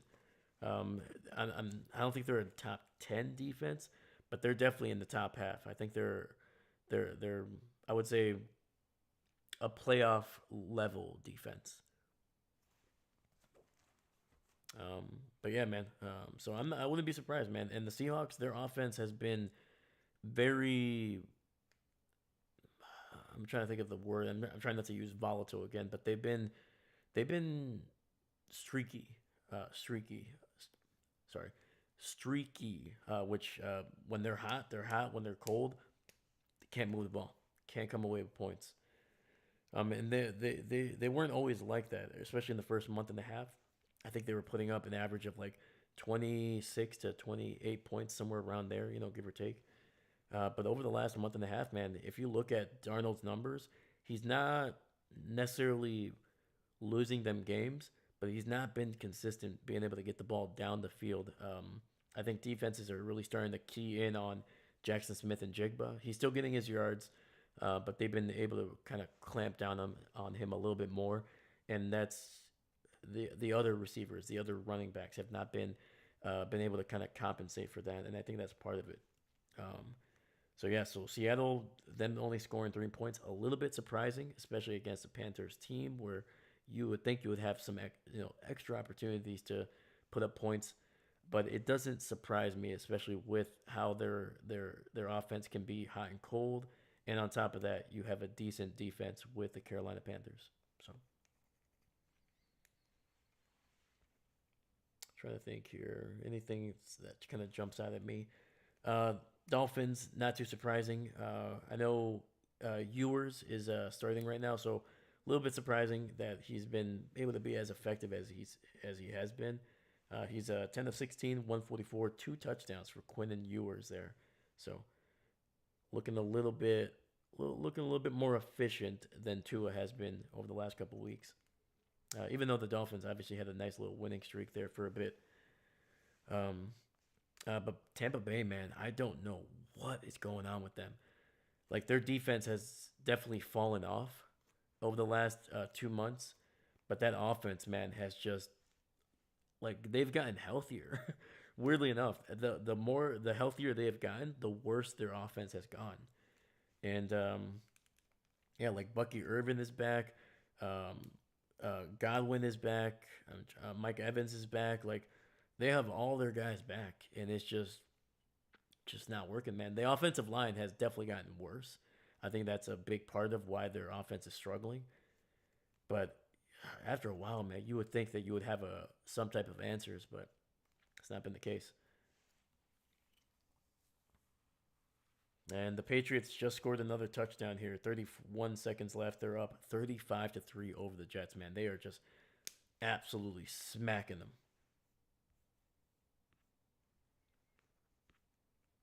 All right. But talking about the game that we are currently watching here, that is the Jags and the Colts. So to me, the biggest difference so far in this game has been the turnovers. The Jaguars, in their opening drive, moving the ball down the field, looking good.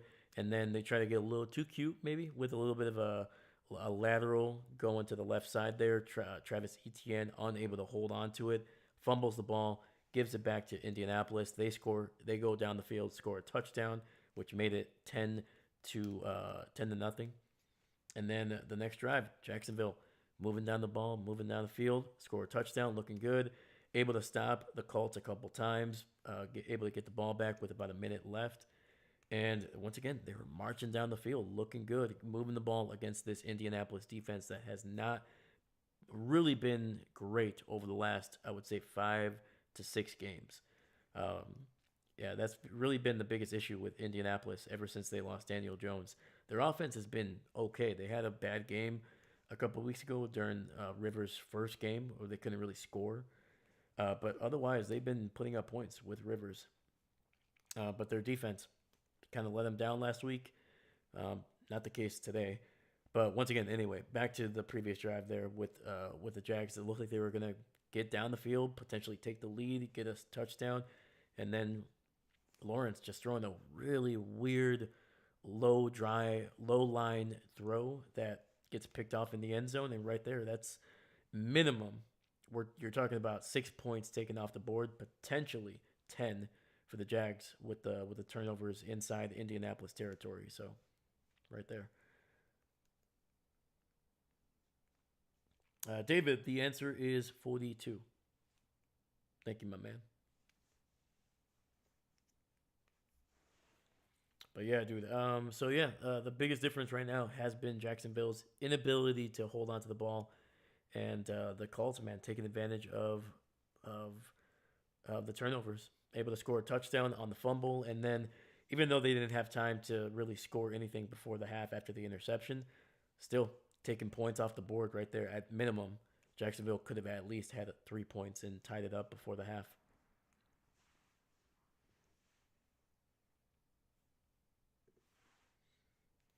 And then for the Colts, man, they've been efficient.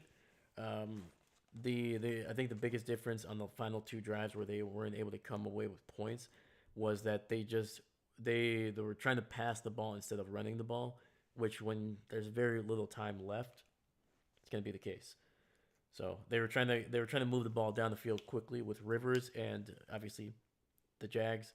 They knew that they played soft coverage, trying to make sure that they didn't get beat over the top, and then yeah. So we'll see how the Colts offense moves the ball in the second half here. It'll be interesting if they decide to kind of go back to that running game that really was the key factor in them scoring 10 points on 2 drives there. Captain just commented on your post from Lambeau Field. You should read it when you get a sec. It would make you happy. Oh, appreciate you, man. Yeah, check it out for sure. But yeah, but let me know what you guys think. What do you think has been maybe the biggest factor? Anything that I didn't mention that pops off to you? Let me know. Let me know.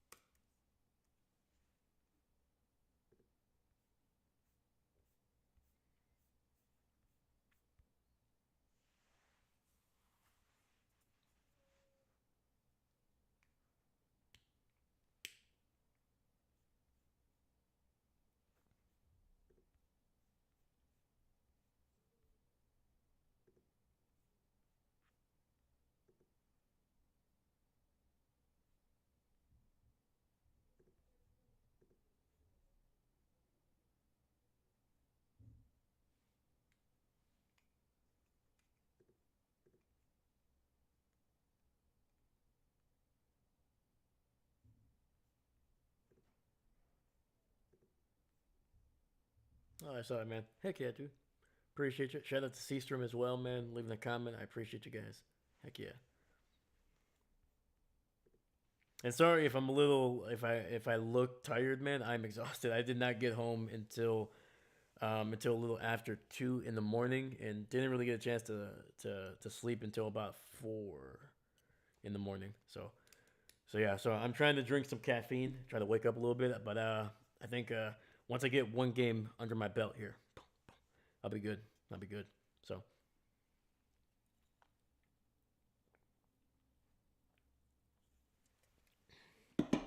here we go. Come on.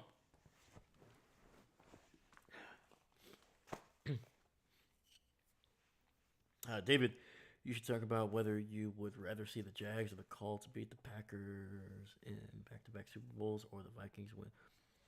Listen, sir, I am tired. My team lost, and you are not helping right now. Taking advantage of me in my weakened state.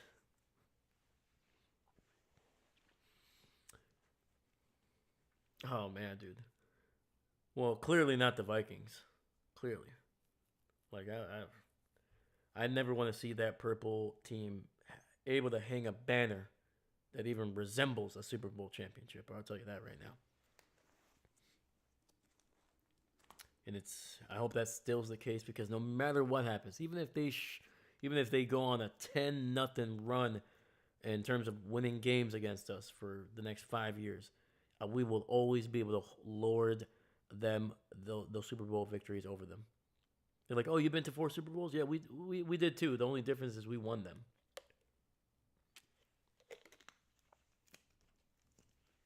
Yeah. So it's always a beautiful comeback.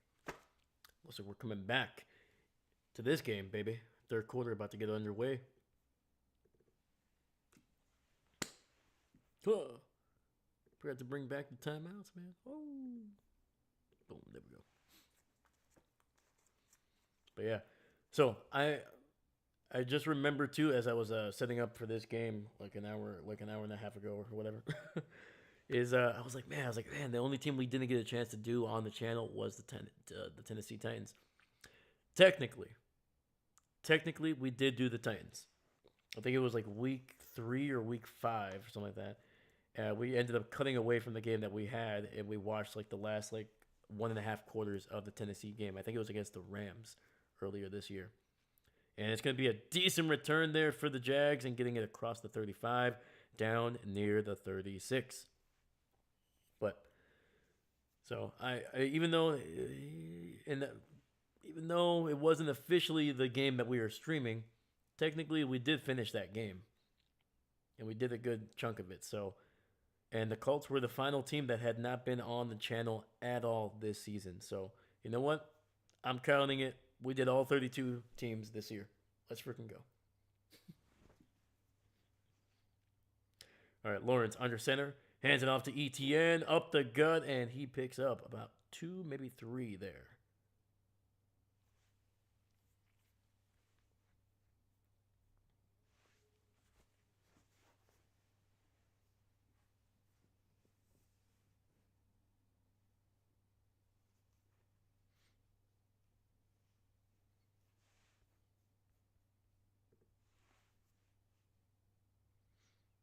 Let's go, man. We got 6 people watching, man. Welcome, guys. Hope your Sunday is going off great.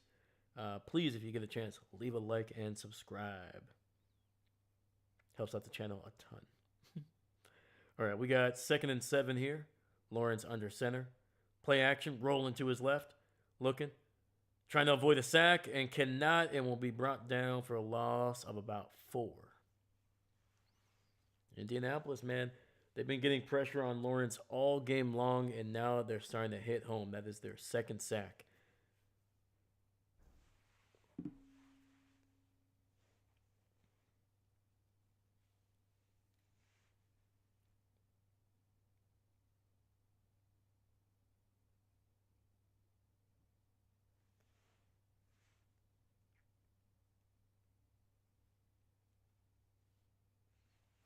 All right, 3rd and 12.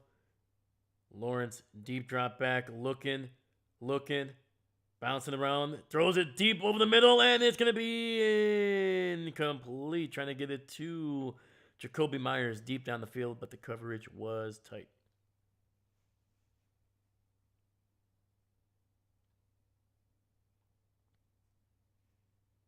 Yeah, dude, everybody was covered, man. Oh, I think they could have gotten sauce for pass interference there. Or at least potentially illegal contact. All right, Cook punting this one away. And he's going to let it bounce into the end zone for a touchback. Indianapolis going to get the ball at the 20.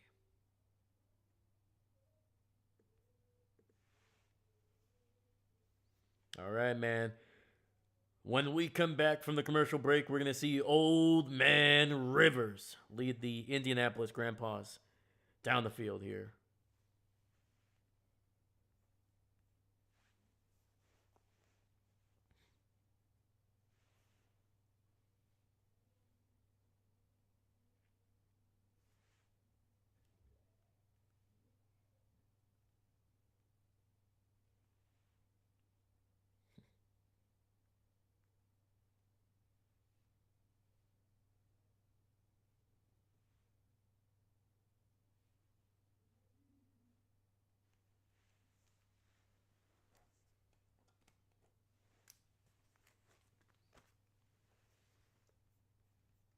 All right, let's see here.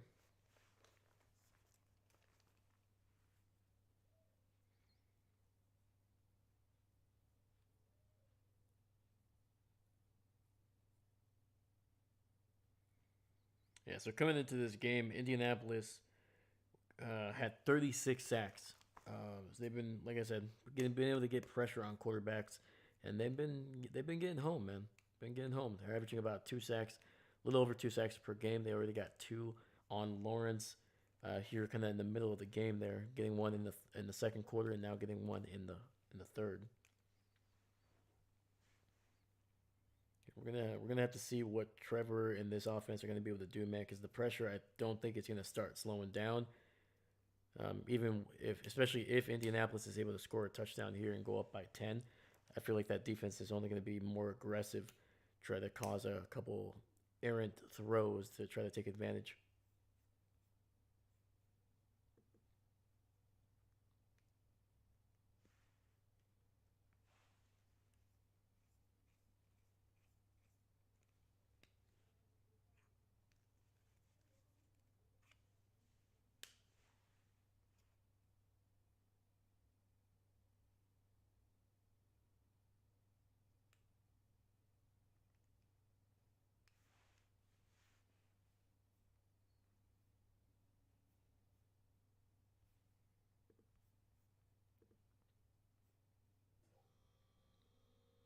The Steelers able to tack on a field goal early in the third. They're down 6-10 to the Browns.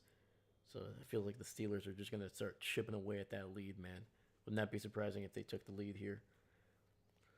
All right, hand off to Taylor, bouncing it to the right side, and he is good for about 4. Getting it down to the 24.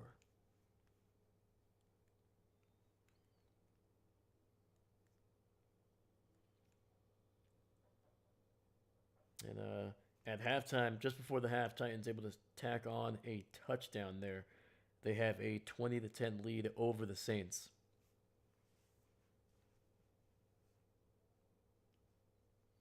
All right. 2nd and 6. Rivers under center. Single back in the backfield. Toss to the right. Taylor with some blockers. He's going to pick up the first down. Picks up 6.5. And Indy moving the chains.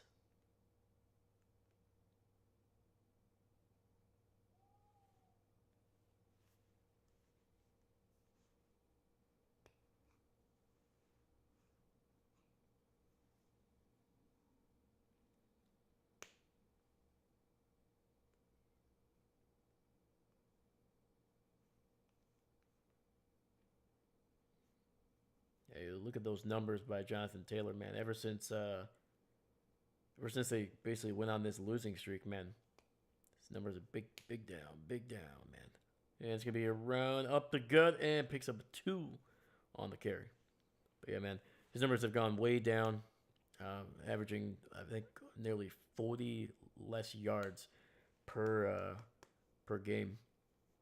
And obviously, when you don't have Daniel Jones, who was on fire, dude, through the first 2.5 months, man, he started to slow down even before the injury, and like he was struggling a little bit. You saw defenses starting to key more on the running game, forcing Daniel Jones to be the guy on a consistent basis, and it started to take an effect, I think, on the offense. 2nd and 8, Rivers in the pistol, 2 receivers to the right, pressured by Jacksonville, gets it out underneath to the receiver, and I believe that is Amir Abdullah picking up about 4 yards, man. Abdullah has been around the league for a long time. I'm pretty sure he was drafted by the Lions back in like 2017, I think, maybe 2018. Either, and he's bounced around. I think he spent some time with the Raiders for a little bit, and now he's found his way here to be the primary backup to Jonathan Taylor. All right, 3rd and 4. Rivers in the shotgun. Play clock is down to 3, 2, 1. Gets a snap. Pressure, throws it up, and that's going to be incomplete. 4th and 4 coming up. 4th and 4. Rivers with a smile after nearly getting sacked on that one. Grandpa's having fun, dude. Grandpa is having fun out there. We do have a flag, though. We do have a flag. Late flag.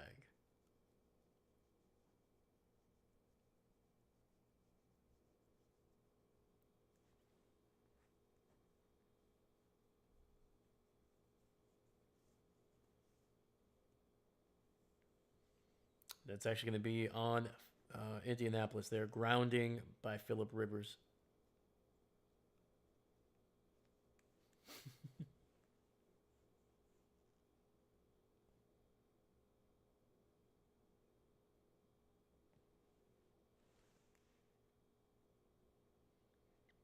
All right, Sanchez booting this one down the field. Nice.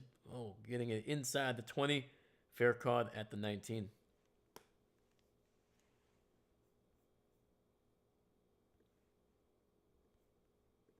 All right, man. The defense is ruling the day early here in the second, man.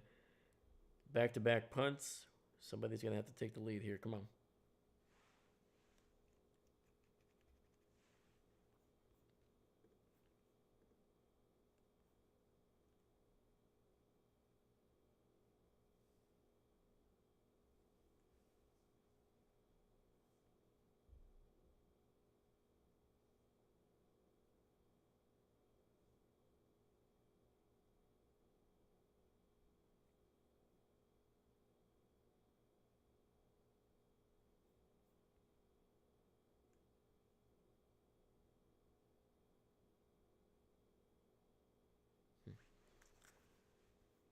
All right, let's look around the league, man. Let's see here. So Dolphins with the ball at their own 19, relatively early in the third quarter. Still have a 17-7 lead. Patriots up by 32. Browns with the ball here. They have it at their own 25, and they're up by 4.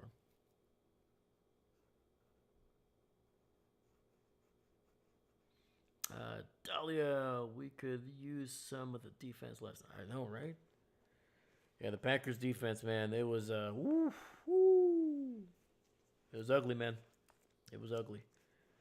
Every time you needed a stop there, especially in the third quarter when the Packers offense was starting to move the ball down the field, man, looking good, looking good.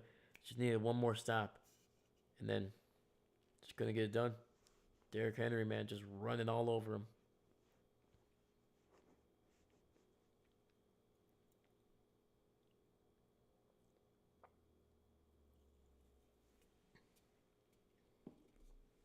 Yeah, I saw a fact that his 4 touchdown performance against Green Bay makes him the only running back to score 4 touchdowns with 2 separate franchises. So Packers always setting up some weird little statistics for opposing teams, man.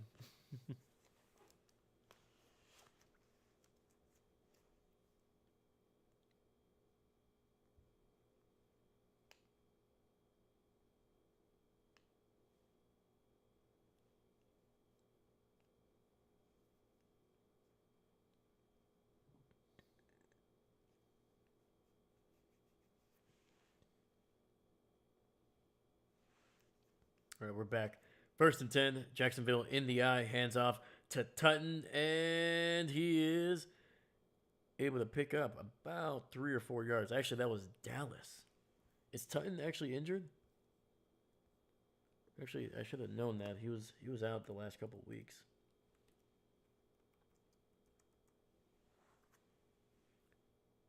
Yeah, Bashul Tutton. Yeah, he's out with a finger. So it was actually been Dallas who's been the backup here today. All right. 2nd and 6, ball at the 23. Lawrence in the shotgun, running back to his left. He's got two receivers on that right side. Pressure, throws, and he finds Brian Thomas for a big first down the field there, right on the right side. Tight coverage there by Indianapolis, man. A heck of a throw by Trevor Lawrence. All right, ball at the 40, 1st and 10. Lawrence in the shotgun, running back to his right. Two receivers split out to the left. Takes a snap. Pressure. Throws to the left side. And it goes in and out of the hands of Parker Washington. Ball was a little high. Had some pepper on that throw, man. Probably could have had a little bit more touch. Had a wide open Washington, man. Like, I'm talking about wide freaking open. Luckily, the safety wasn't in position to intercept that one because that thing bounced all the way into the back, into the secondary there. 2nd and 10, Lawrence in the shotgun, running back to his left. He's got Brian Thomas on that right side. Hands it off to Dallas. He's got some room. First down across the 50, down to the 43 of Indianapolis. That's a heck of a run there by DJ Dallas. That reminds me. Wasn't DJ on Dallas's on the Cowboys this season, or am I losing my mind?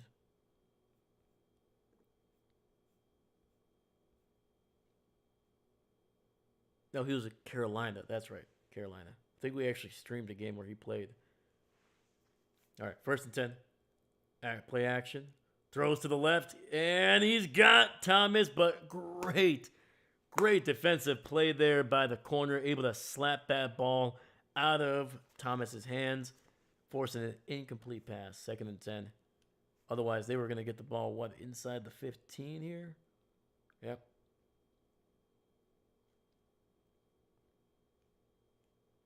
And that was number 43 there, Mitchell.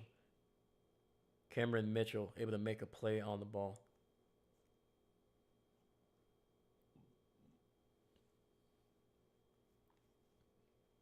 Second and 10. Lawrence in the shotgun. Running back to his left. Ball at the 43. Looking for a quick pass. And it's nearly intercepted by Cameron Mitchell. Another terrible decision by Trevor Lawrence, man. That ball in from the get-go, dude. The safety was over the top. The corner was just looking at Lawrence, man. You cannot make that throw, dude.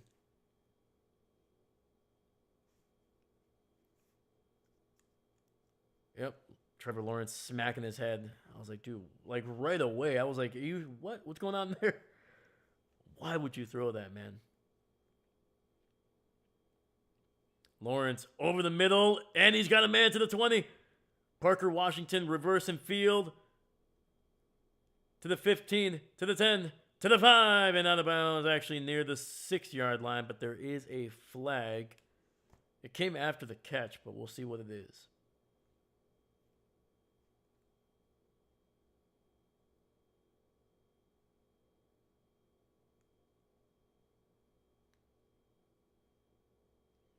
So I'm pretty sure that flag is going to be against Indianapolis because I did not see anything like a push-off. Was it a hit on Lawrence or what's going on here? Prior to the pass, holding on the defense. Okay, so gotcha.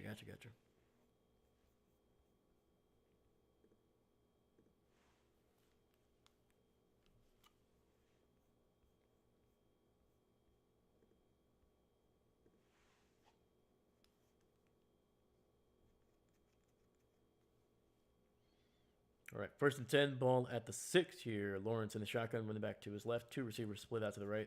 Lawrence takes it up the gut himself, and it's a touchdown for Trevor Lawrence. And the Jags have taken the lead here in the third with 7:26 left.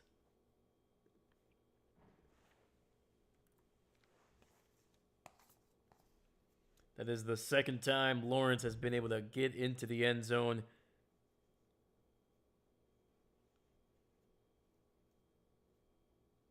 Great blocking, man. Great freaking blocking. And Little adding a little to the lead there. All right, man. Midway through the third quarter, Jacksonville with their first lead of the game, up 14-10 over Indianapolis here. Obviously, that touchdown run by Lawrence set up by the 37-yard catch and run by Parker Washington, getting it down to the 6. David, more of the cheerleaders for Indianapolis. Let's go. Shout out to the cheerleaders, man. If it's anything like if they're getting paid like anything like we've seen in the past, probably not getting paid a whole lot in this game. Probably making like $50.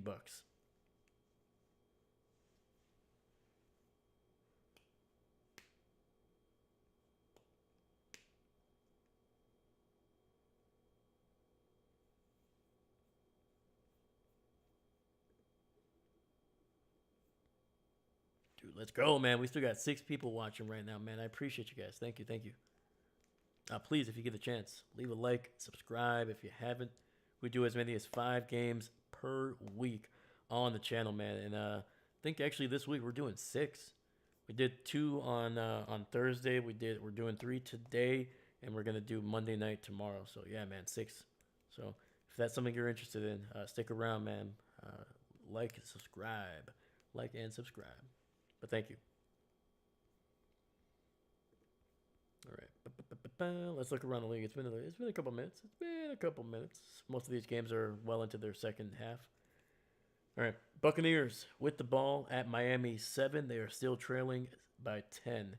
But they're midway through the third quarter. But they might be tacking on some points here. It's first and goal. Patriots with the ball at the Jets 10. Up big. 35-3 over the Jets. A little under 9 minutes left in the third. Steelers with the ball at their own 33, still trailing 6-10 to the Browns. 5 minutes left in the third. And the Saints able to close the deficit there a little bit. Looks like they scored a touchdown. They are now just trailing 3 points, 17-20 to the Tennessee Titans with 10:30 left in that third quarter. Seahawks, oh my goodness, somebody finally scored a touchdown in that Seattle-Carolina game, and it is the Seahawks up 10-3 with 8:45 left in the third. And then finally the Bengals adding to their lead. They're up now 30-7 over the Cardinals midway through the third quarter. All right. Big run, big return to the 40, to the 45, 50. Indianapolis in Jacksonville territory and getting it down near the 40-yard line. Woo! Let's freaking go. That is Ashton Doolin, who has been doling out some big runs in this game, man. That is his second or third big run on a return, getting it across the 35, which is typically where they would get it if he just took a knee in the end zone. So he has been getting Indianapolis in great freaking field position. Opened up the game by getting into Jacksonville territory. That's why they were able to kind of score on that opening drive so quickly. All right. 1st and 10, ball at the 39 of Jacksonville. Phillip in the pistol, play action. Trying to dump it underneath, and it's going to be batted right at the line.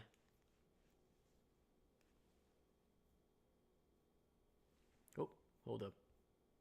Hey. There we go.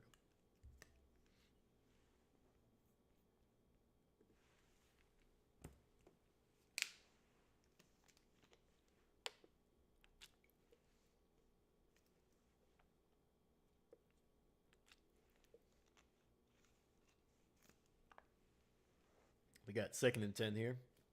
Rivers in the shotgun. Jonathan Taylor to his right. He's got 2 receivers split out to the left. Throwing it deep to the right side, and it's going to be incomplete. Alec Pierce able to get a hand on it, but so was the defender, man. Number 30, able to smack that one out of his hands. That was, I believe, Brown, who's been pretty darn active in this game. I think that's his 3rd pass breakup.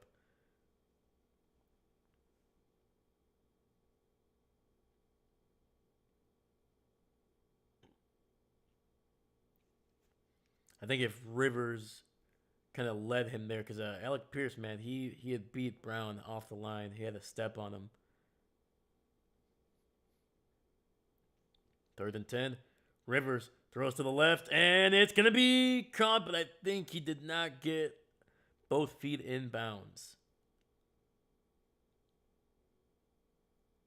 Oh, they're saying it's a first. All right, saying first down. Okay. Now they're saying it's a catch. Okay. Takes the snap. All right. Ball is out. And, oh, there it is. There it is. Phillip Rivers is hot right now, man. He's saying, no, we got that snap off before the flag. Jacksonville.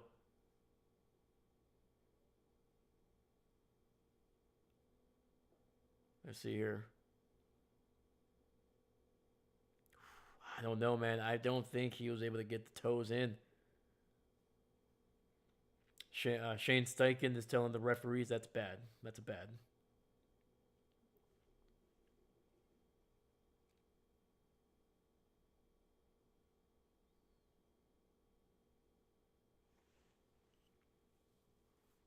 Dude, Rivers was whoo.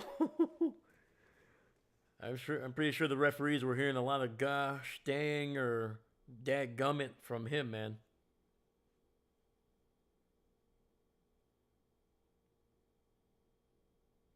Yeah, dude. Phillip Rivers was doing that family friendly cussing, that Alabama cussing right there.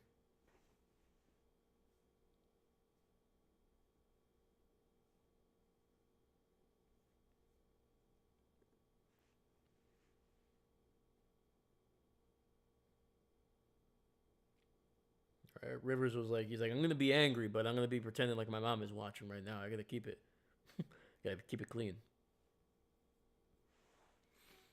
Let me see here, David. Sorry, man. Should have been PI on Jacksonville on the throw to Alec Pierce, right? You're talking about that one. Yeah, I mean, it's one of those where I could definitely see it because he did get his hands on him. He was turning around. Did he do it at the same time? I don't think so. We'll see how they play the rest of the way because I feel like I'll give the refs this. They've been consistent. They've been letting him play a little bit. If they would have thrown a flag, I don't think there would have been too much of a dispute, at least. I'll say that. But we'll see if they're consistent with it, man. We'll see how they play that. They better be able to do the same thing to Indianapolis or, return the favor, basically.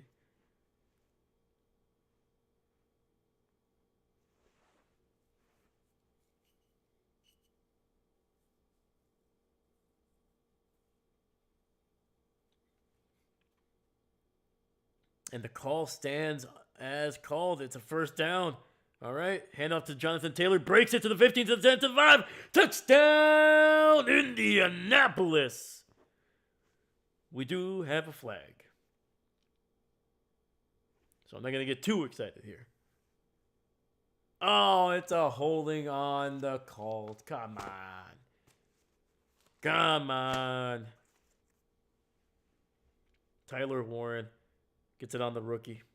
Get it on the rookie.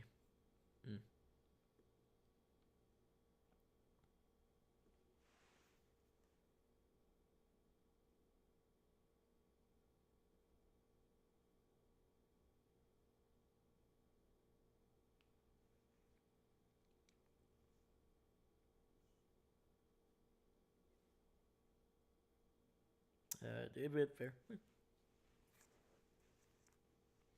All right, it'll be 1st and 20. Shane Steichen not happy. They should have moved up the play clock, he's saying, but yeah, it is what it is. All right, Rivers throws it deep to the right. He's got a man and incomplete, trying to get it to Alec Pierce, and then there's the flag, and they're going to get Jacksonville for defensive PI. So instead of 2nd and 20, it'll be now 1st and 10.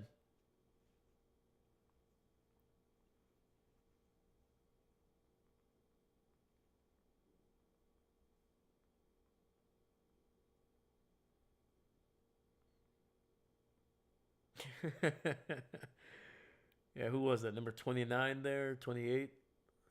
Looks like you want to hold on to Alec Pierce's hands. He's like, "Hey, come here, buddy."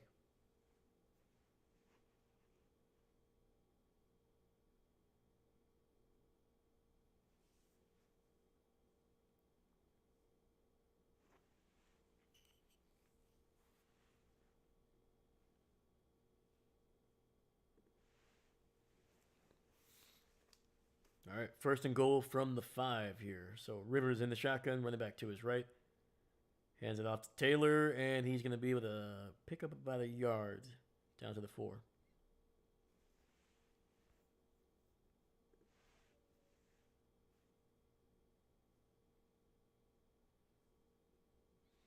All right, we got 6:25 here left in the 3rd quarter. Clock is running. 6:25.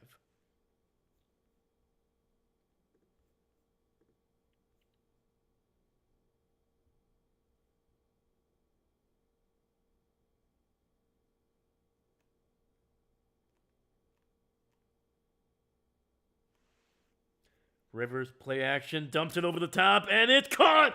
It's caught for a touchdown! Mo Alley Cox with a nice catch there by the old man Rivers.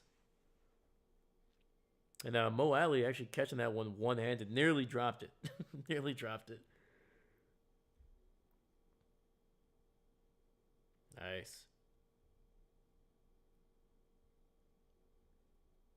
Oh, and they got number 29 there, the defender. He's the one that got caught for the PI that got them to the 5, and now he gives up the touchdown. So a rough couple plays there for number 29 there. And the extra point is good. Indy retaking the lead here midway through the 3rd quarter.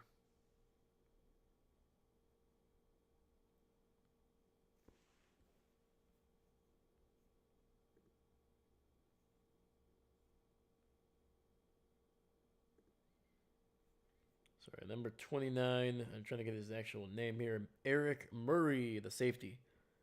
Yeah, a couple of rough plays there by Murray.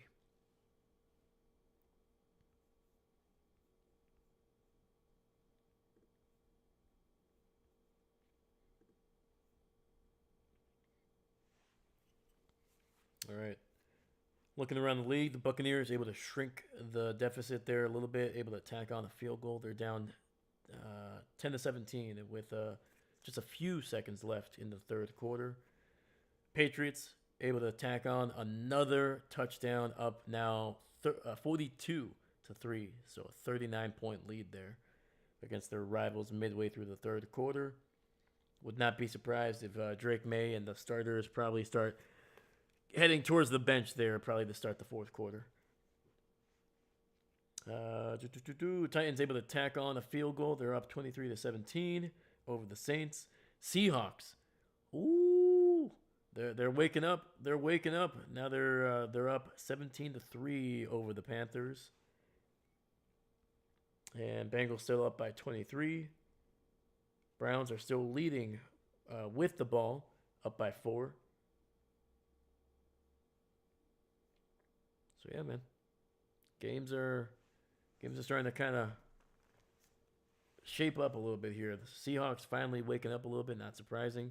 I feel like they've done that for the last couple of months or the last couple of weeks. And I mean, they did this against the Rams. They were looking terrible in that first half, and then in the second half, man, woke up, made it close, and then obviously won it in overtime.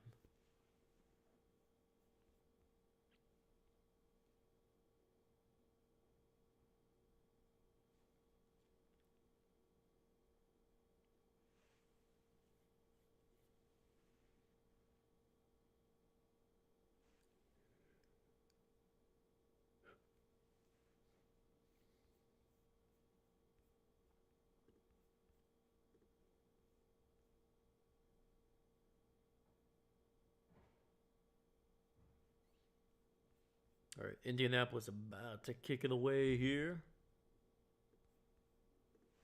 See if there can be another good return inside the 5 to the 10 to the 15 to the 20, 25, 30. And it'll be down to the 33 for Jacksonville. Dude, the kick coverage teams for both these teams have not been great. Not been great.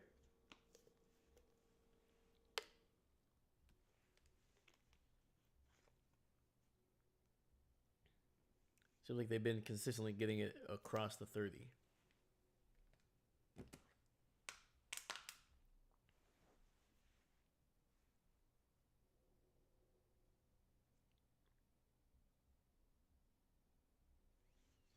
All right, 1st and 10. Lawrence under center, single back in the backfield, 2 receivers to the right. Play action. And they try to get it out to ETN on the screen, and it'll be incomplete, batted right at the line.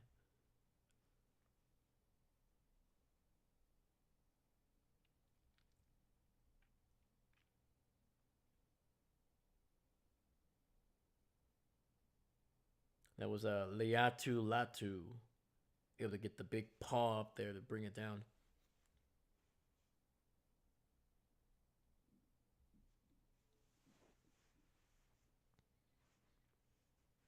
All right, 2nd and 10. Condensed formation. Pressure. Gets it out to his tight end, to the 45, across the 50, and finally taken down in Indianapolis territory near the 47.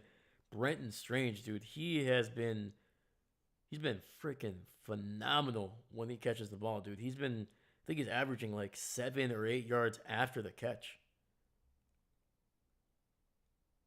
Potentially more, honestly. It's a good chunk.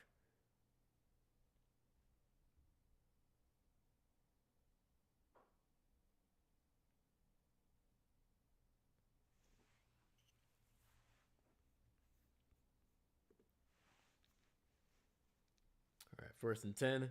ETN trying to bounce it to the left. He does. He's to the 40 and finally taken down at the 36. Picks up 12 yards on 1st down. Woo. ETN nearly got loose on that one.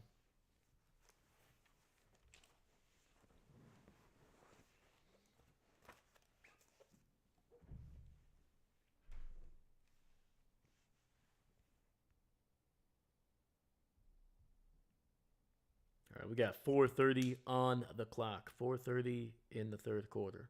Clock is running. Lawrence in the shotgun. He's got 2 receivers split out to the left, ETN to his right.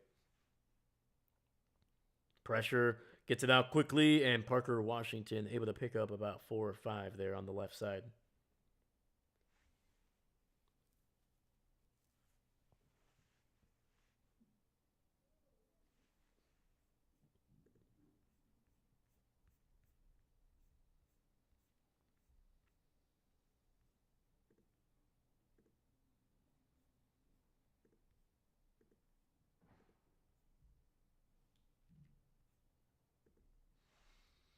All right. 2nd and 6. Lawrence throws to the right, and he is nearly able to squeeze one to number 86 there, one of his backup tight ends. Tight coverage. It hit him right in the freaking hands. Got to bring that one in, dude. That was Johnny Munt.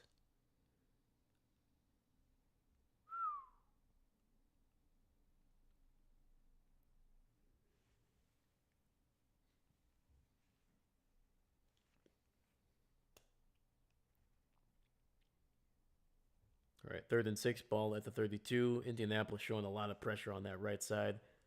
They send 5, loop around, stunt, and it's picked up by Jacoby Myers. Picks up about 8 there on 3rd and 6, and that's a 1st down for Jacksonville. Oh, man.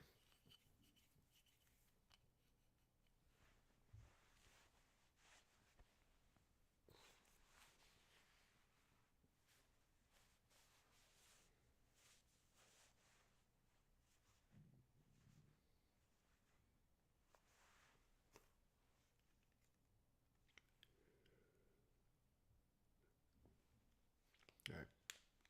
Ball at the 23. Little play action. Throws to the right. Gets it out to Parker Washington again. And he is going to pick up about 9 on the first down catch.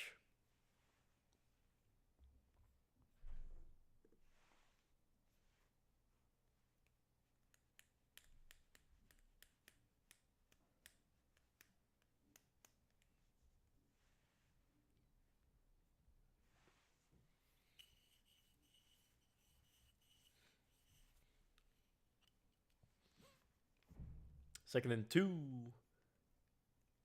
Lawrence in the shotgun. He's got a running back to his left and right. Hands it off to Etienne on the left side, and he is going to be stopped up for a loss of about 1.5. Perfectly played there by the Rams, man. Heck yeah. Sorry. Wow. Colts. Don't know why I said Rams. That never happened. That never happened, all right? You're sleep deprived. I'm not sleep deprived.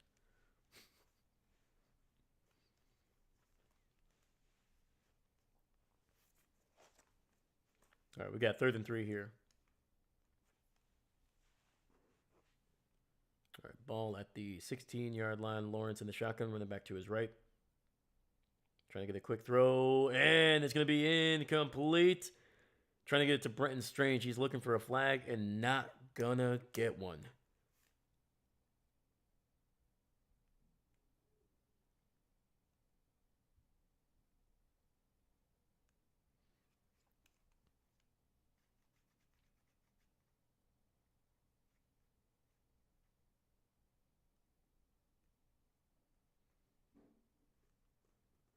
All right, we got 1:29 left in the 3rd quarter here. Cam Little trying to tie this one up.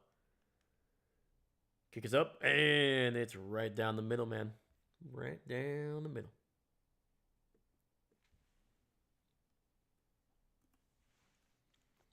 All right, man. With 1:25 left in the 3rd, Jacksonville able to tie it up, and we are going to be heading to the 4th here with potentially a tie game, man. Everything to play for.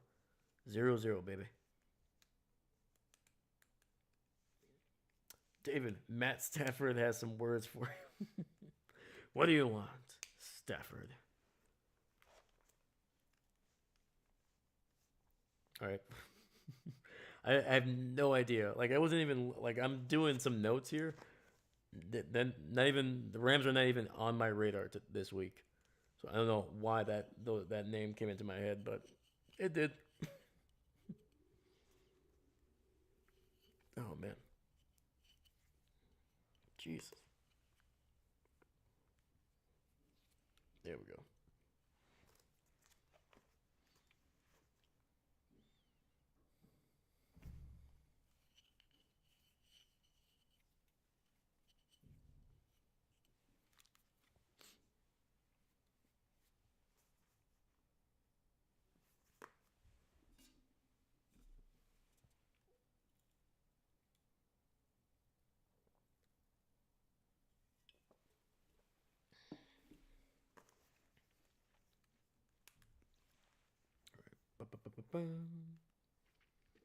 Bang, bang, bang, bang.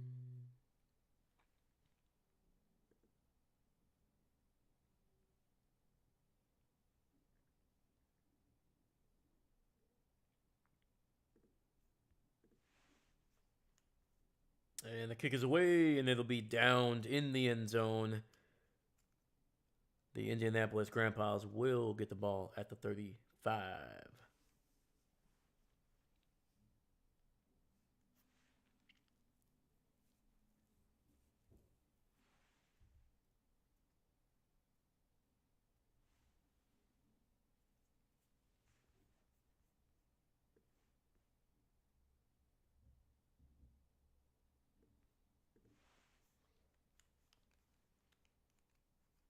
All right, Rivers under center, single back in the backfield, single receiver on that left side.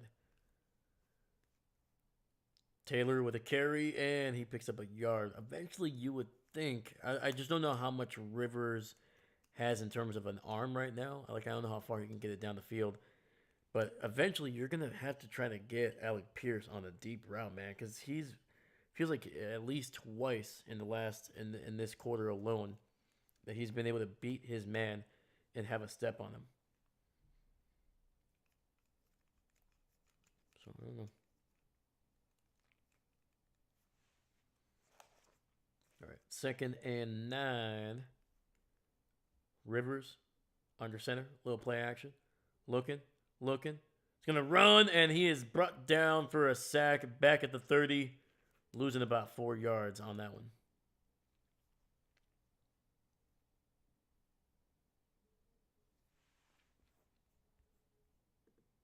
And that was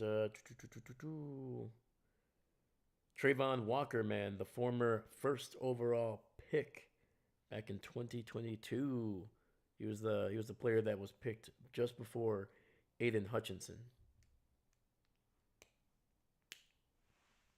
And Walker's been pretty solid, man. It's usually it's pretty tough to live up to the first overall pick kind of mantra, and he's early on, especially his first, I would say like first year and a half. It looked like it was. You'd be like, oh man, they should have definitely gone with Hutchinson. I mean, that's probably still the case, but he's played a lot better, man. He's been a lot more consistent. He's really been able to kind of be a little bit of a leader on that front seven for Jacksonville. So, and able to pick up a sack here on Phillip Rivers.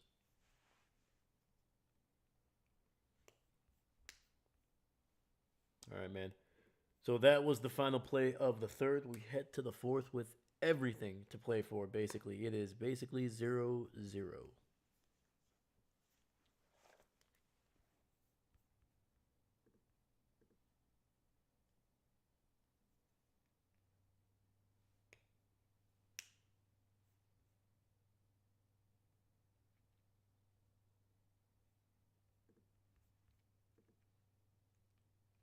Let's look around here. Dolphins were able to tack on a field goal, so they have a 10-point lead with 12:37 left in that game. Patriots still up by 39 with just a few seconds left in the third. Steelers with the ball at their own 12, but they are still down by 4 to the Browns. There's a little over 9:30 left in that game. So, yeah, the Steelers are struggling to move the ball today, apparently. The Saints able to make it even closer here, tacking on a field goal with 14:06 left in that game. They are trailing just by 3, 20-23 to the Tennessee Titans. Let me see here. Carolina looks like they just scored their first touchdown here. Right now it is 9-17. We'll see if they are able to tack on that extra point. There's 13:41 left in that that fourth quarter. And finally, the Bengals, once again, putting it on to the Cardinals, man, just pouring it on. They are now up 37-7 with a little over 13:30 left in that game. And don't forget, guys, after this game, we will be streaming Philadelphia going to Buffalo. It's going to be a good one. That should be a really, really good game. And then, obviously, we will be doing Sunday Night Football as well. So, make sure you tune in for those. All right. Rivers in the shotgun. 3rd and 15 after the sack. Ball at the 30-yard line. And there's going to be a flag here. And they're going to get a false start on the Colts. Okay.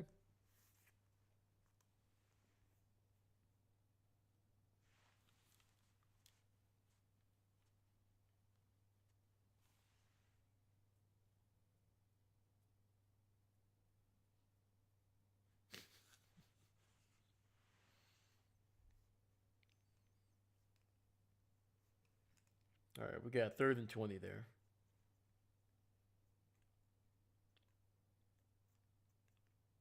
And gets it out to Taylor. And he is good for about 7 yards down to the 32. Sorry, I was laughing at one of the defenders there for the Jags. Rivers flipped him the ball, and then, of course, he just flopped on the ground. He's like, oh. Oh, my back, my neck, my back and my neck.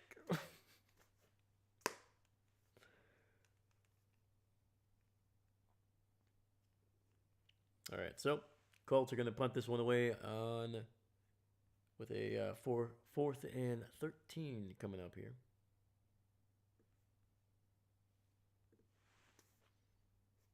Sanchez in for this punt. Up in the air. Looks like a little bit of a short one. Parker Washington able to kind of run up and get that one, and he's going to get it down near the 30.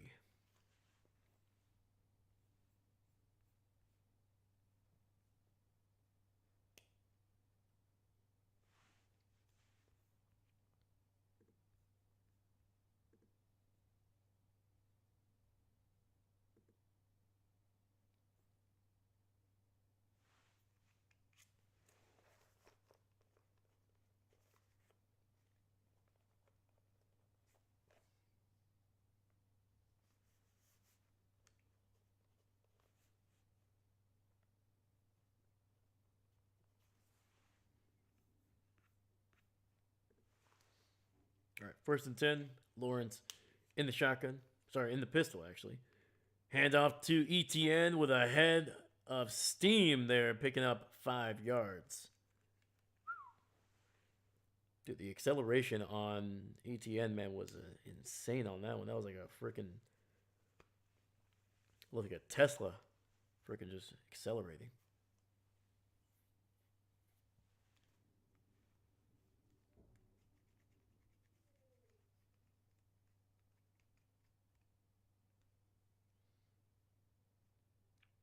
All right, 2nd and 5. Lawrence under center. Hands it off to ETN. It's got some room, and he picks up another 3 or 4, setting up a 3rd and short. I like what Jacksonville's doing right now, man. They're trying to slow the game down just a little bit. Just a little bit.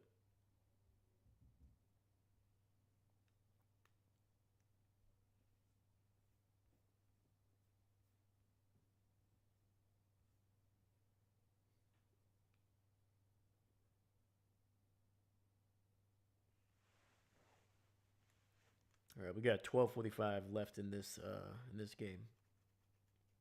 Lawrence in the pistol. He's gonna take off and run. Pitches it out to ETN, and look at that! Woo! Able to tiptoe down the left sideline, picking up some good yardage after the 1st down marker. Look at that, man. That goes back to their Clemson days right there. Little run option. Lawrence taking it himself and then just pitching it out once he saw the defensive end crash down.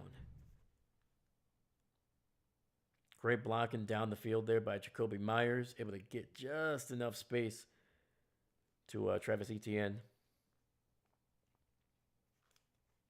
All right, 1st and 10. Ball at the 49 of Indy. Play action. Lawrence, a little bit of time. Dumps it underneath, and it's nearly picked off. It goes through the hands of, looks like might have been DJ Dallas there.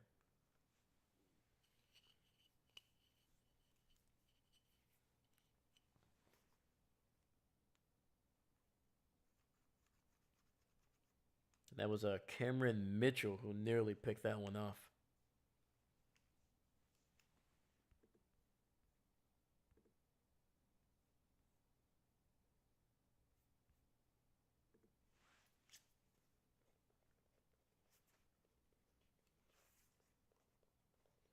All right.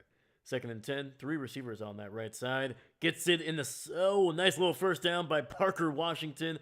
Running the slant route there from the right side over the middle. Picks up some good yardage after the catch as well.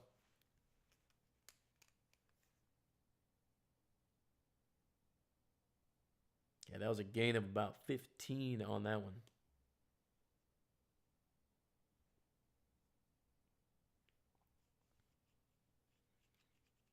And then David, come on, throw a pick 6, Jacksonville.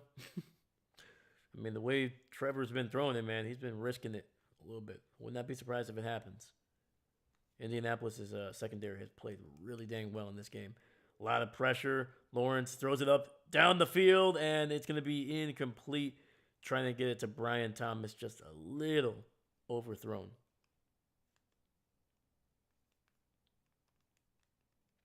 Yeah, Thomas able to beat his man off the line there, just probably about 3 or 4 yards too far down the field.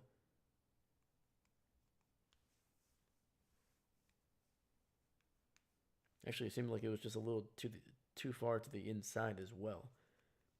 Thomas got pushed kind of towards the sideline.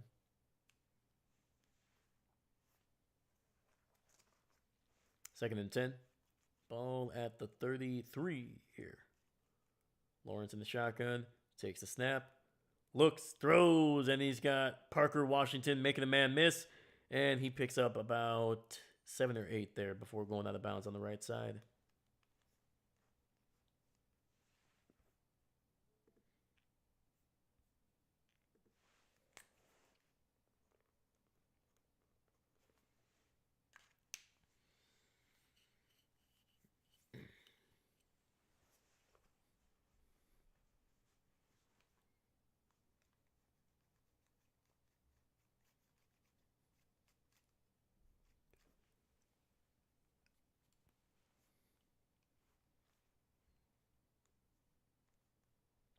All right, 3rd and 4 here, and we'll see. We're going to get a timeout here by Jacksonville. Play clock was running down on them.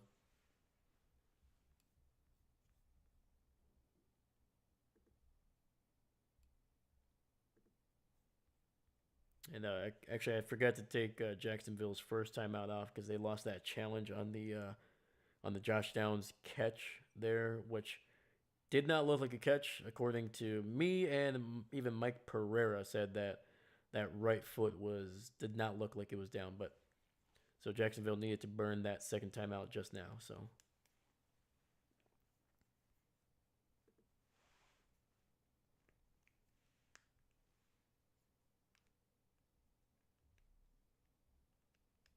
All right, we got 10-17 on the clock here left in the game, man. Jacksonville, there's a big 3rd down for him, man. I feel like if they can get this one, I feel like they're gonna come away with a touchdown, man, because Indy is playing really aggressive.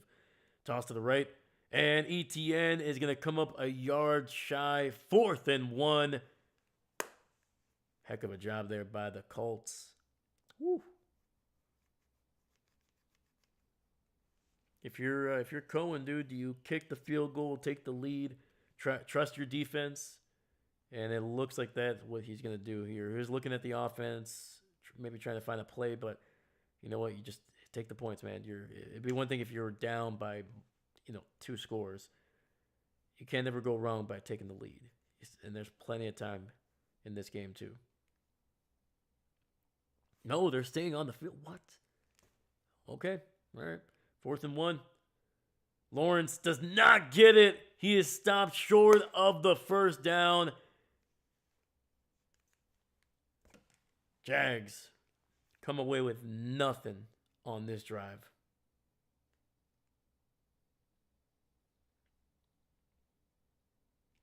So Lawrence landed on top of somebody, but was it enough?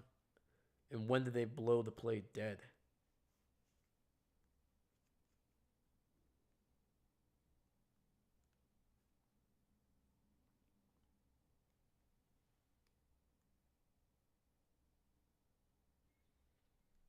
I mean, clearly he's not really moving forward, so his momentum has been stopped. I think that's when you blow the play dead.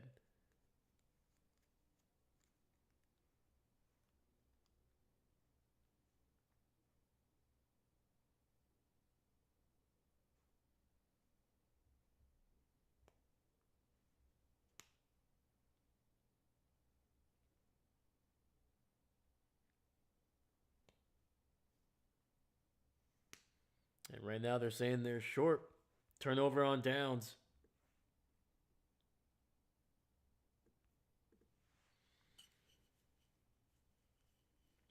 Why are coaches so opposed to just taking the lead?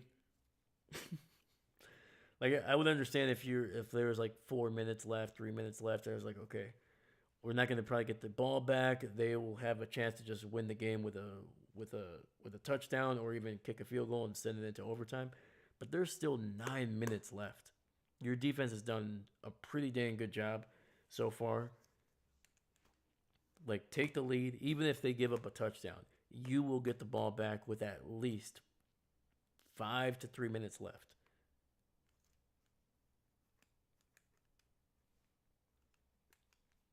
Seastrom, good morning, Seastrom. What's going on, brother? How you doing? How you doing? You just joining us? Did you just start watching this game, or have you been checking it out? Let me know. Let me know. Yeah, man. Rough decision there by Jacksonville to go for it when they clearly had one. You had one of the best kickers in the NFL, one of the guys that can kick it from basically anywhere. Literally holds the NFL record for the longest kick. And instead of giving him a chip shot field goal to take the lead in the fourth quarter against a division rival, I don't know, man. Sometimes I question these coaches.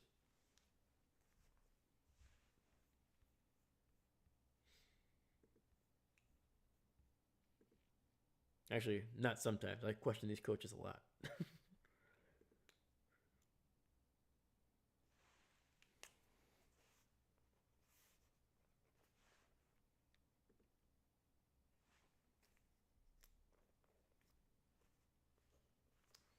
Just joining, but I've been watching the game for a few minutes now. Just got some fireworks. Ooh, let's go.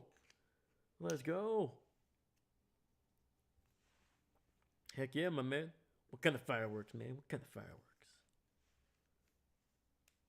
One of my favorites when I was growing up, man, it was always the little tank.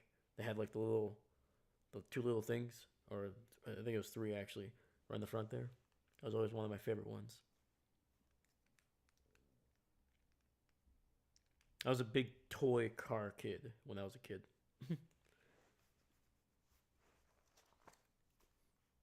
All right, we got 1st and 10 here for the Colts. Rivers under center. Taylor in the backfield. Hands it off. Jonathan Taylor finding some room here, getting it down to the 29. Picks up 5 yards there.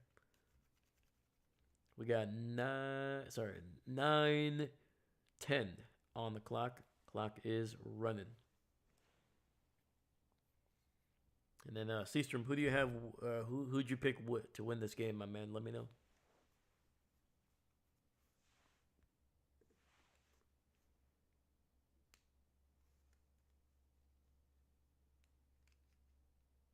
All right, 2nd and 6. They marked him off at the 30 here. So 3 receivers to the left. Rivers in the shotgun. Hands it off to Jonathan Taylor.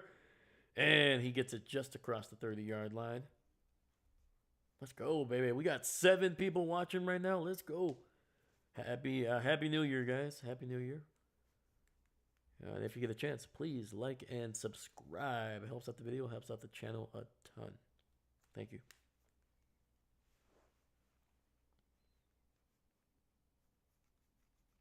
All right, we got 3rd and 3 coming up here. I don't know how they're kidding.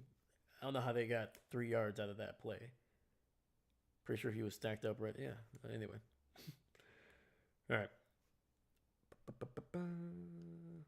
Rivers in the shotgun, running back to his right. Ooh, gets it just. Oh, and it's intercepted to the 30 and down to the 21. Jones undercutting the route, and I said it at halftime. Phillip Rivers has been getting close to getting picked off, and there it is, an undercut. Nice job, man. Heck of a job by the Jags.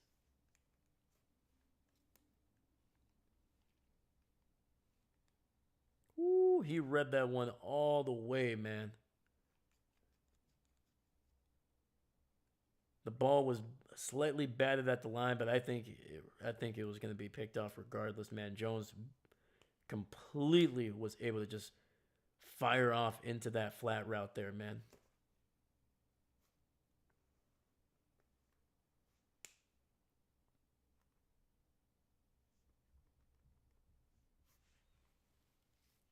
There you go, man. When your offense can't get it done, help them out. And weirdly enough, they're actually near where they were if they would have gotten the first down on that fourth and one. So we got first and 10, ball to 21, toss to the left, and ETN unable to get anything on that one, loses about 3 yards back at the 24.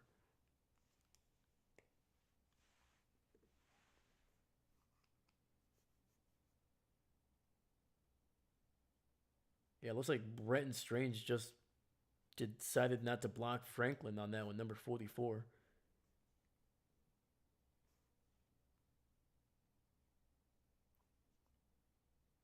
All right, second and 13.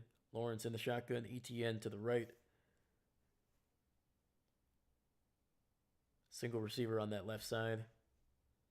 He's got a man, and the ball is batted at the line, trying to get it to Brenton Strange underneath the coverage.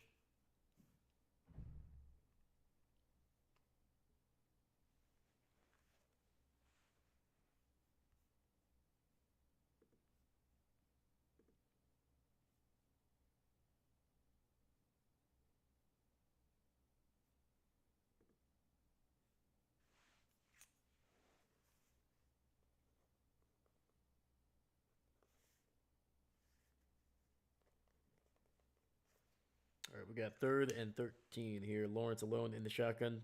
He's got 3 receivers bunched up on that right side. Pressure, throws to the right, and that's going to be incomplete. Trying to get it to Jacoby Myers, but the coverage was tight.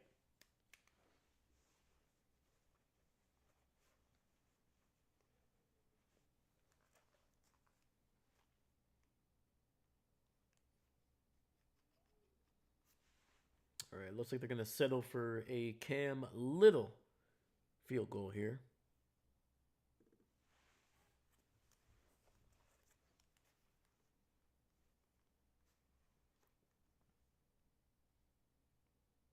And it's good. Jacksonville retakes the lead here about a little midway through the fourth quarter. 6:58 left in the game.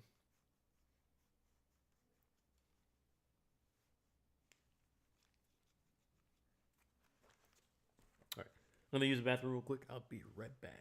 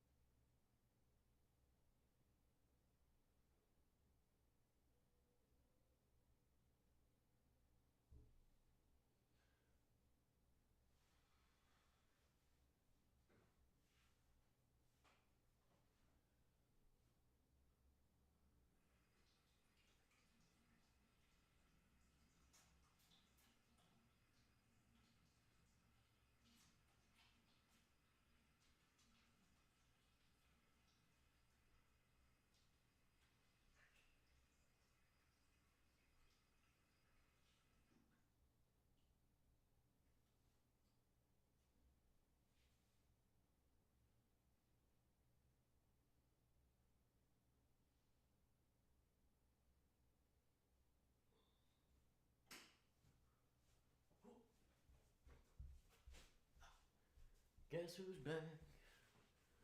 Back again. David's back. Tell a friend. Guess who's back? Guess who's back? Guess who's back? Guess who's back? And the kick is out the back of the end zone. It is a touchback for the Colts.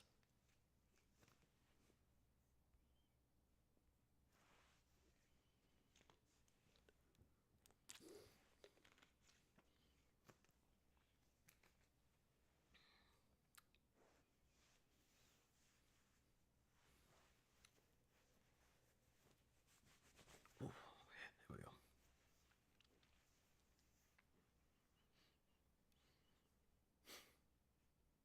Jesus, man, look at all of the Rivers kids, man. Jeez, can make it his own. He can make his own NFL team in a couple of years. 1st and 10. Jonathan Taylor up the middle, and he's gonna pick up about 2 on that one.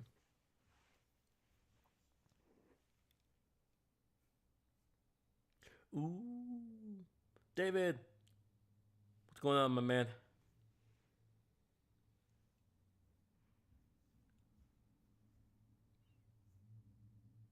Jacksonville is trying to make the case that they forced a fumble and recovered it, so we'll see.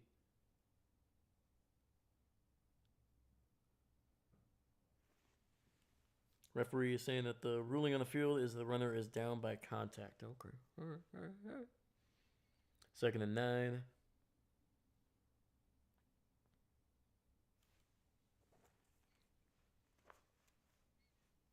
Rivers alone in the shotgun. Throws it over the middle, and it gets it out to the rookie tight end, Tyler Warren. It's going to be down somewhere around the 49 of Jacksonville, looks like.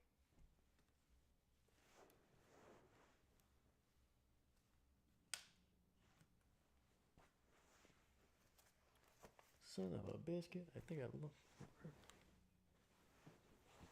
lost my pen somewhere. No.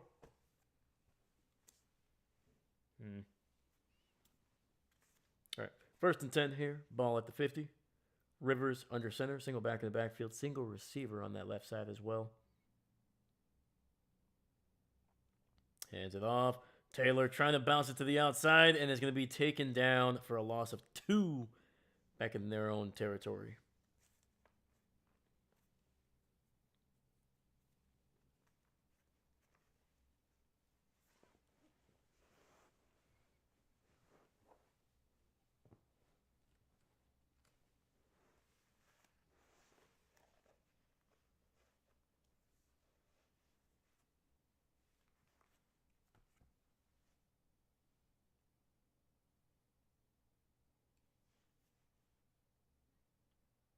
All right, Rivers in the shotgun here. Sends a receiver in motion.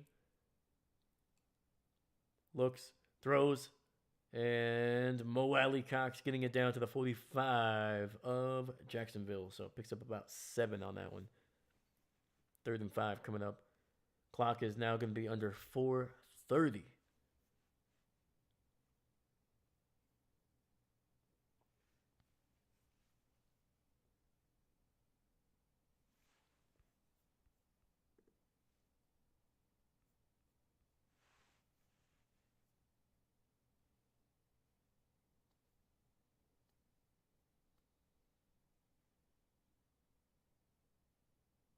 We got 3rd and 5. Rivers in the shotgun, running back to his left. Jags send pressure, and down goes Rivers. Ends up running right into his own offensive lineman. He gets taken down. Well, there's probably not enough time for them to get the ball back unless their defense is able to get a quick 3 and out. So I see them going for it here on 4th and long.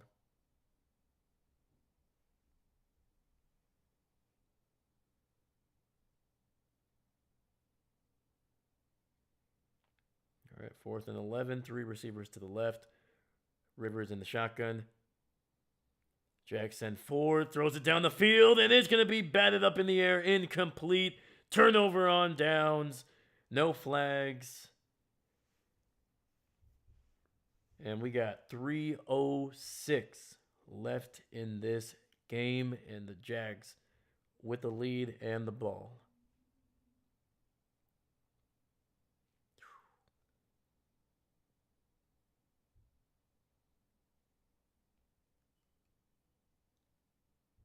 There's a heck of a defensive play there by Newsome, number 6 there. Able to get his arm in between the ball and Alec Pierce. It's a hell of a play.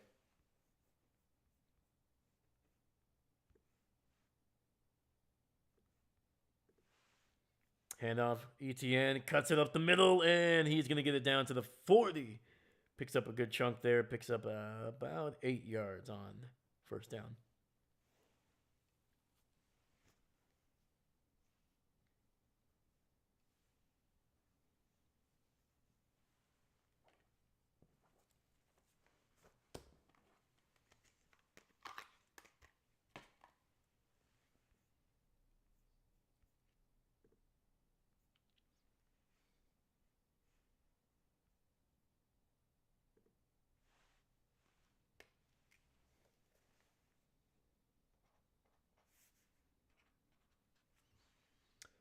And on 2nd and 2, I think they might have gotten Indianapolis to jump off sides here.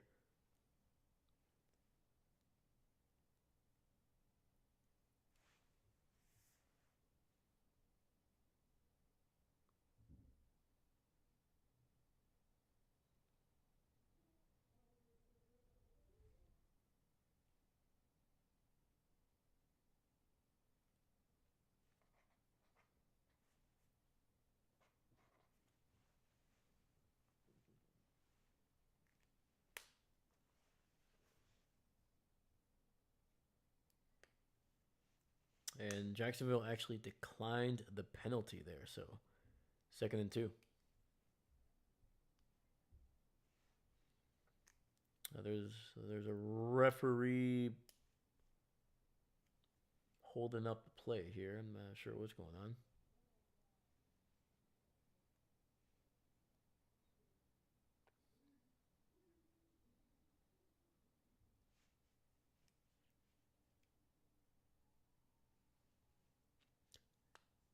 Yeah, Cohen is not too happy here. He had some choice words for the referees, and let's just say it wasn't the. Cohen is not too worried about it if his mom was watching. He was cussing up a storm on that one.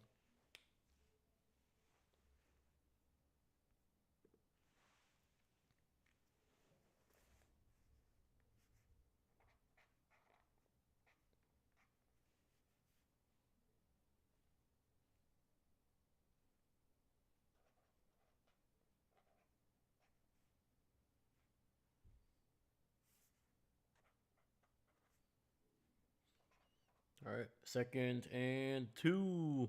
Lawrence in the shotgun, running back to his left. He's got a single receiver on that right side. Hands it off to ETN, finds a hole, and he's going to come up about half a yard shy of it, man.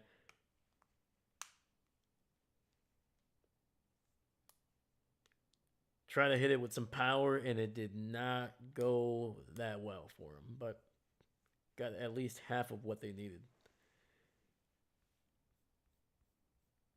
All right, Indianapolis starting to use their timeouts here. This is their first one.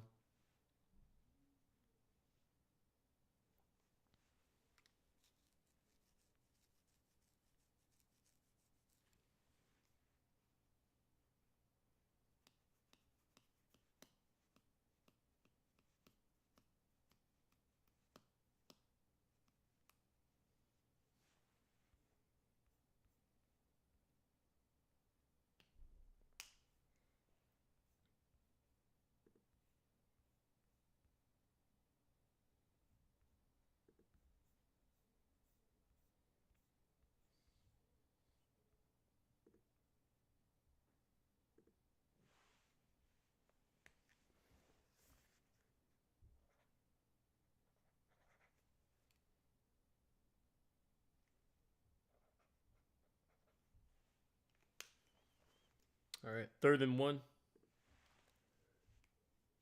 In the shotgun, and Lawrence keeps it himself, and he picks up the first. Gain of 3, but we do have a flag.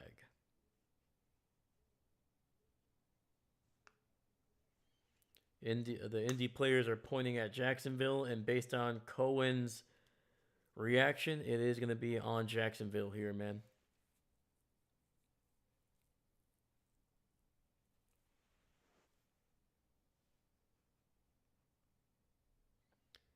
Illegal shift. Clock is stopped at 2:11 there.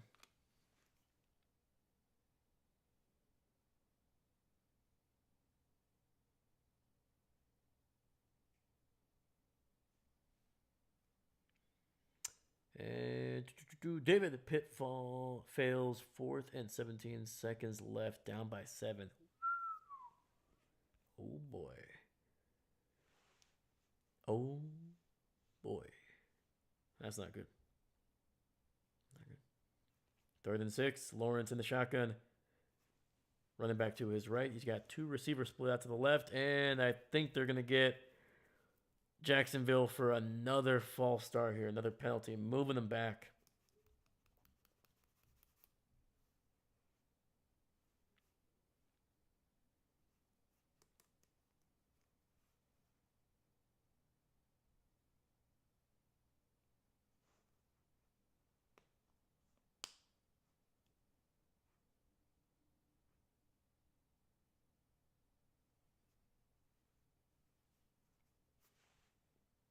Let's check it out here. We got a few seconds here. 50 seconds left. Dolphins up 20-17 over the Buccaneers. And right now, yeah, wow, down by 7. All right, 3rd and 11 ball at the 48 here. Lawrence in the shotgun, running back to his right. Looking, pressured, gets it out, throws, and it's going to be caught about a yard shy of the first. Jacoby Myers with a heck of an effort, man. Able to dive for that one. And Moore, the defender, man, almost got a piece of that one. So, yeah, it looks like he's going to be about a yard, maybe half a yard shy.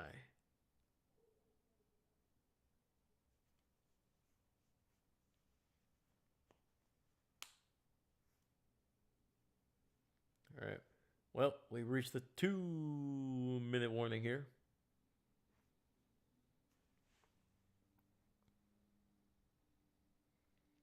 All right, man. Final score, Browns 13, Steelers 6. Losing to the Cleveland Browns.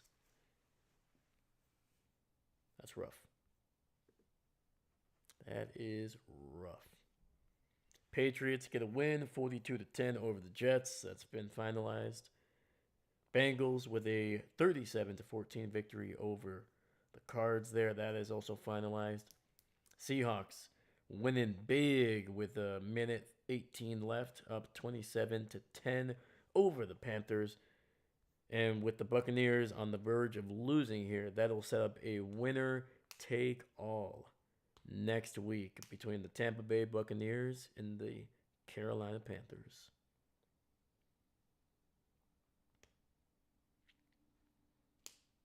Let me see here. Saints, holy freaking cow, man. The Saints were, I think weren't they down like 23-17?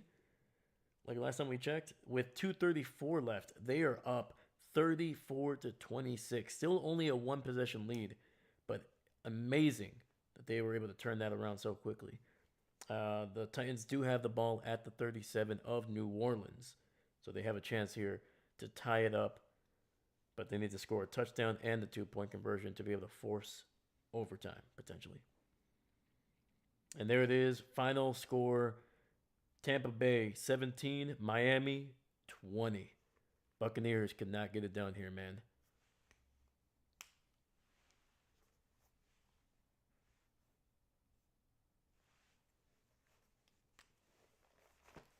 Don't worry, we're still on the commercial break. We're not missing a thing. We're not missing a thing. It looks like they're going to be coming back here in just a few seconds, though. Big decision for the Jags here. They could probably kick a field goal with little from this distance. I think they got it like around the 35, roughly, maybe the 36 actually. Trying to think here. It picked up 10 yards, so 38 actually. So this would be a 56-yarder for Cam Little, which obviously within his range. Or do you try to go for it on fourth down, risking giving Indianapolis a short field? And that's what they're going to do.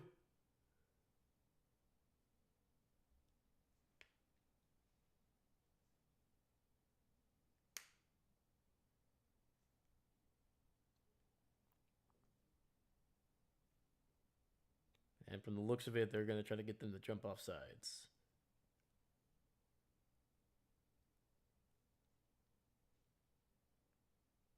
Could not get it.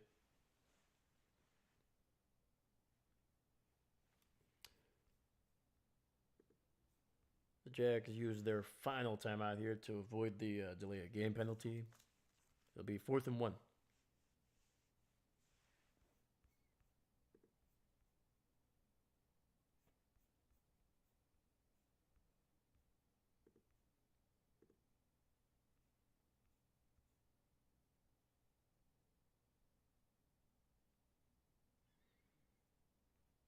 And they're keeping the offense out there. All right. All right.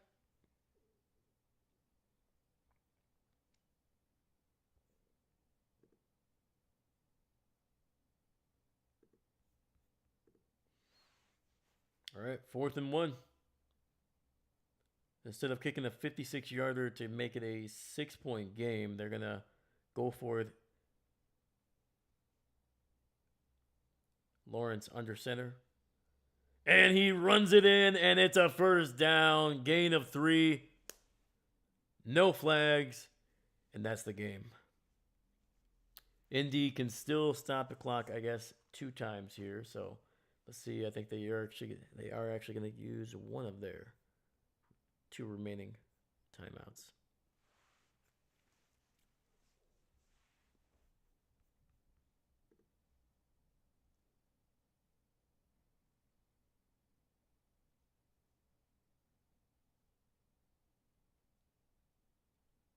Dude, I would love a turnover here just to make it interesting. Just to make it interesting. You know? Introduce a little chaos into the final remaining minutes here, or the remaining 155.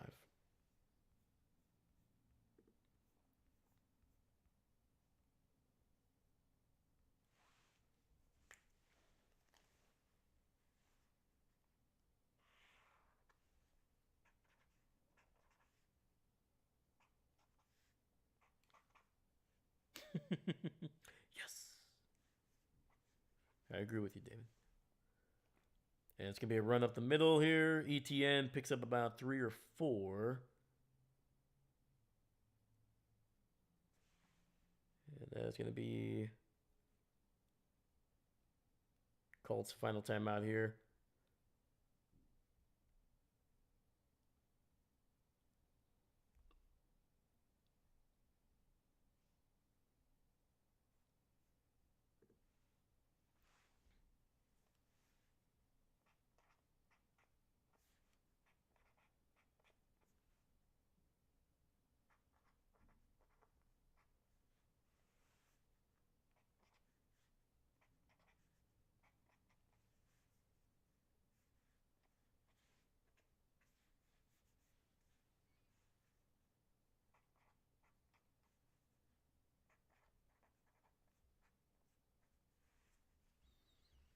All right, 2nd and 5. Indianapolis cannot stop the clock anymore. Handoff to ETN. Cuts it to the right, and he picks up about 2, getting it down to the 30.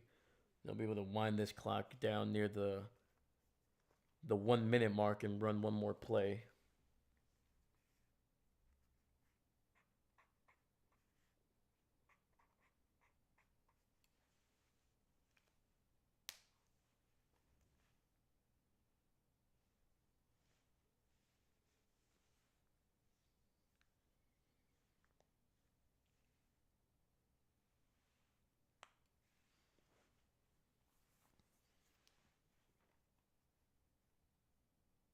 All right, 3rd and 4. on under center, hands it off to Parker Washington, and he's going to lose about 4 yards, maybe 5 actually, on the little end around there to the right. Indianapolis did not fall for it, and it's a fourth down. Clock is going to continue to run. 50 seconds here.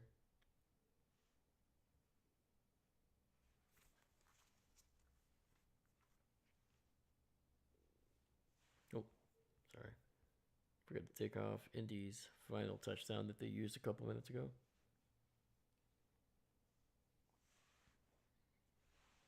All right, man. Cam Little in for this 53-yarder.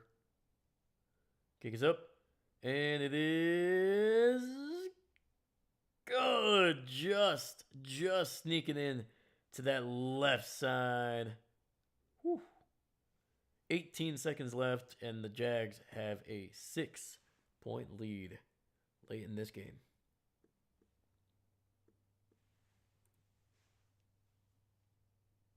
Woo-wee.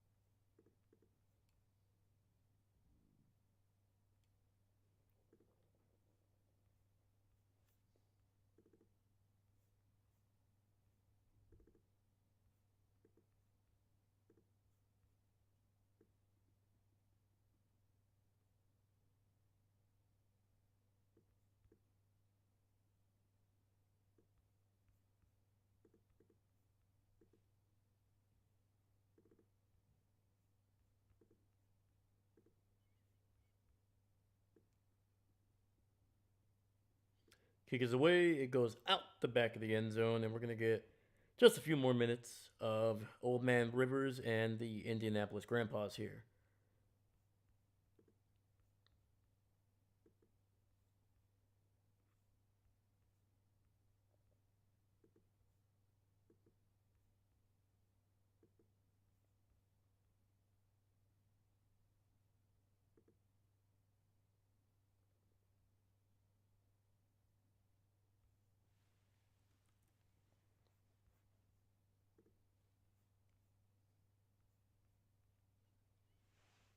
First and 10.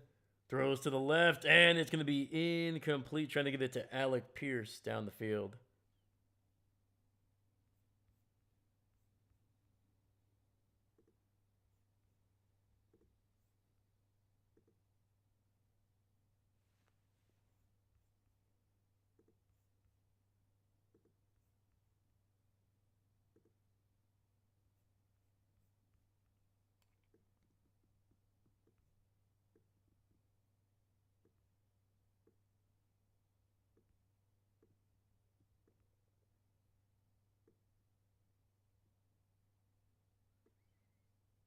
Second and 10, throws, and looks like Michael Pittman able to catch it inbounds, but there's literally 5 seconds left, 3 seconds left, 2 seconds left.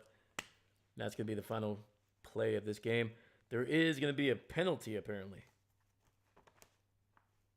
And I think this might be on the Jacksonville Jaguars for delaying the game here. He was laying on top of Michael Pittman.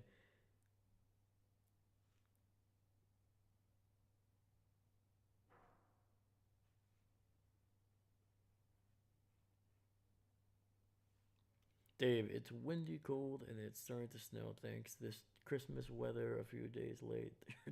I know, right? Man, what the heck? So, it is going to be a penalty on Jacksonville there for a delay of game. So, technically, this is going to be an untimed down.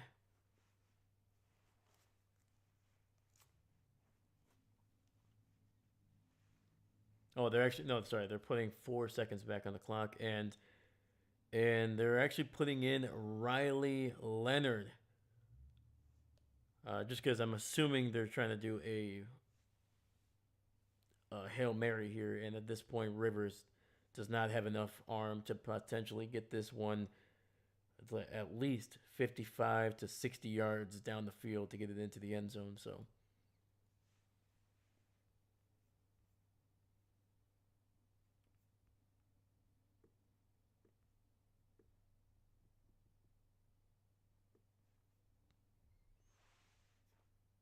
All right, 1st and 10. Riley in the shotgun, running back to his left. Pressure, steps up, delivers a throw. It's going to get there. And it's intercepted in the end zone. And the Jacksonville Jaguars are going to win this one. Got to give it to Riley Leonard, man. Able to step up and deliver a freaking ball on a platform. Gave his guy a chance, though. It reached the end zone for sure, man. That was at least 3 or 4 yards into the end zone. And Alec Pierce was, I think if he's a little bit closer to that one, there's a chance.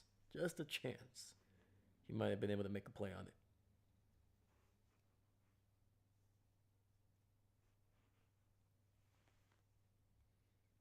Yeah, unfortunately, nobody else besides Alec Pierce was even close to the end zone. Everybody else was like 3 or 4 or 5 yards away.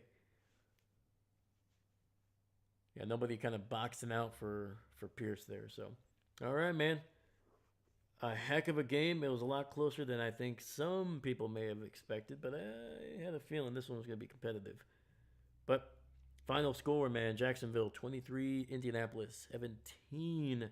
We'll update the scores, and we'll get ready for the next game here, man. It's going to be coming up pretty soon. So Indianapolis falling to 8-7. They are now on a 6-game losing streak, I think, at this point. Tough one. Tough.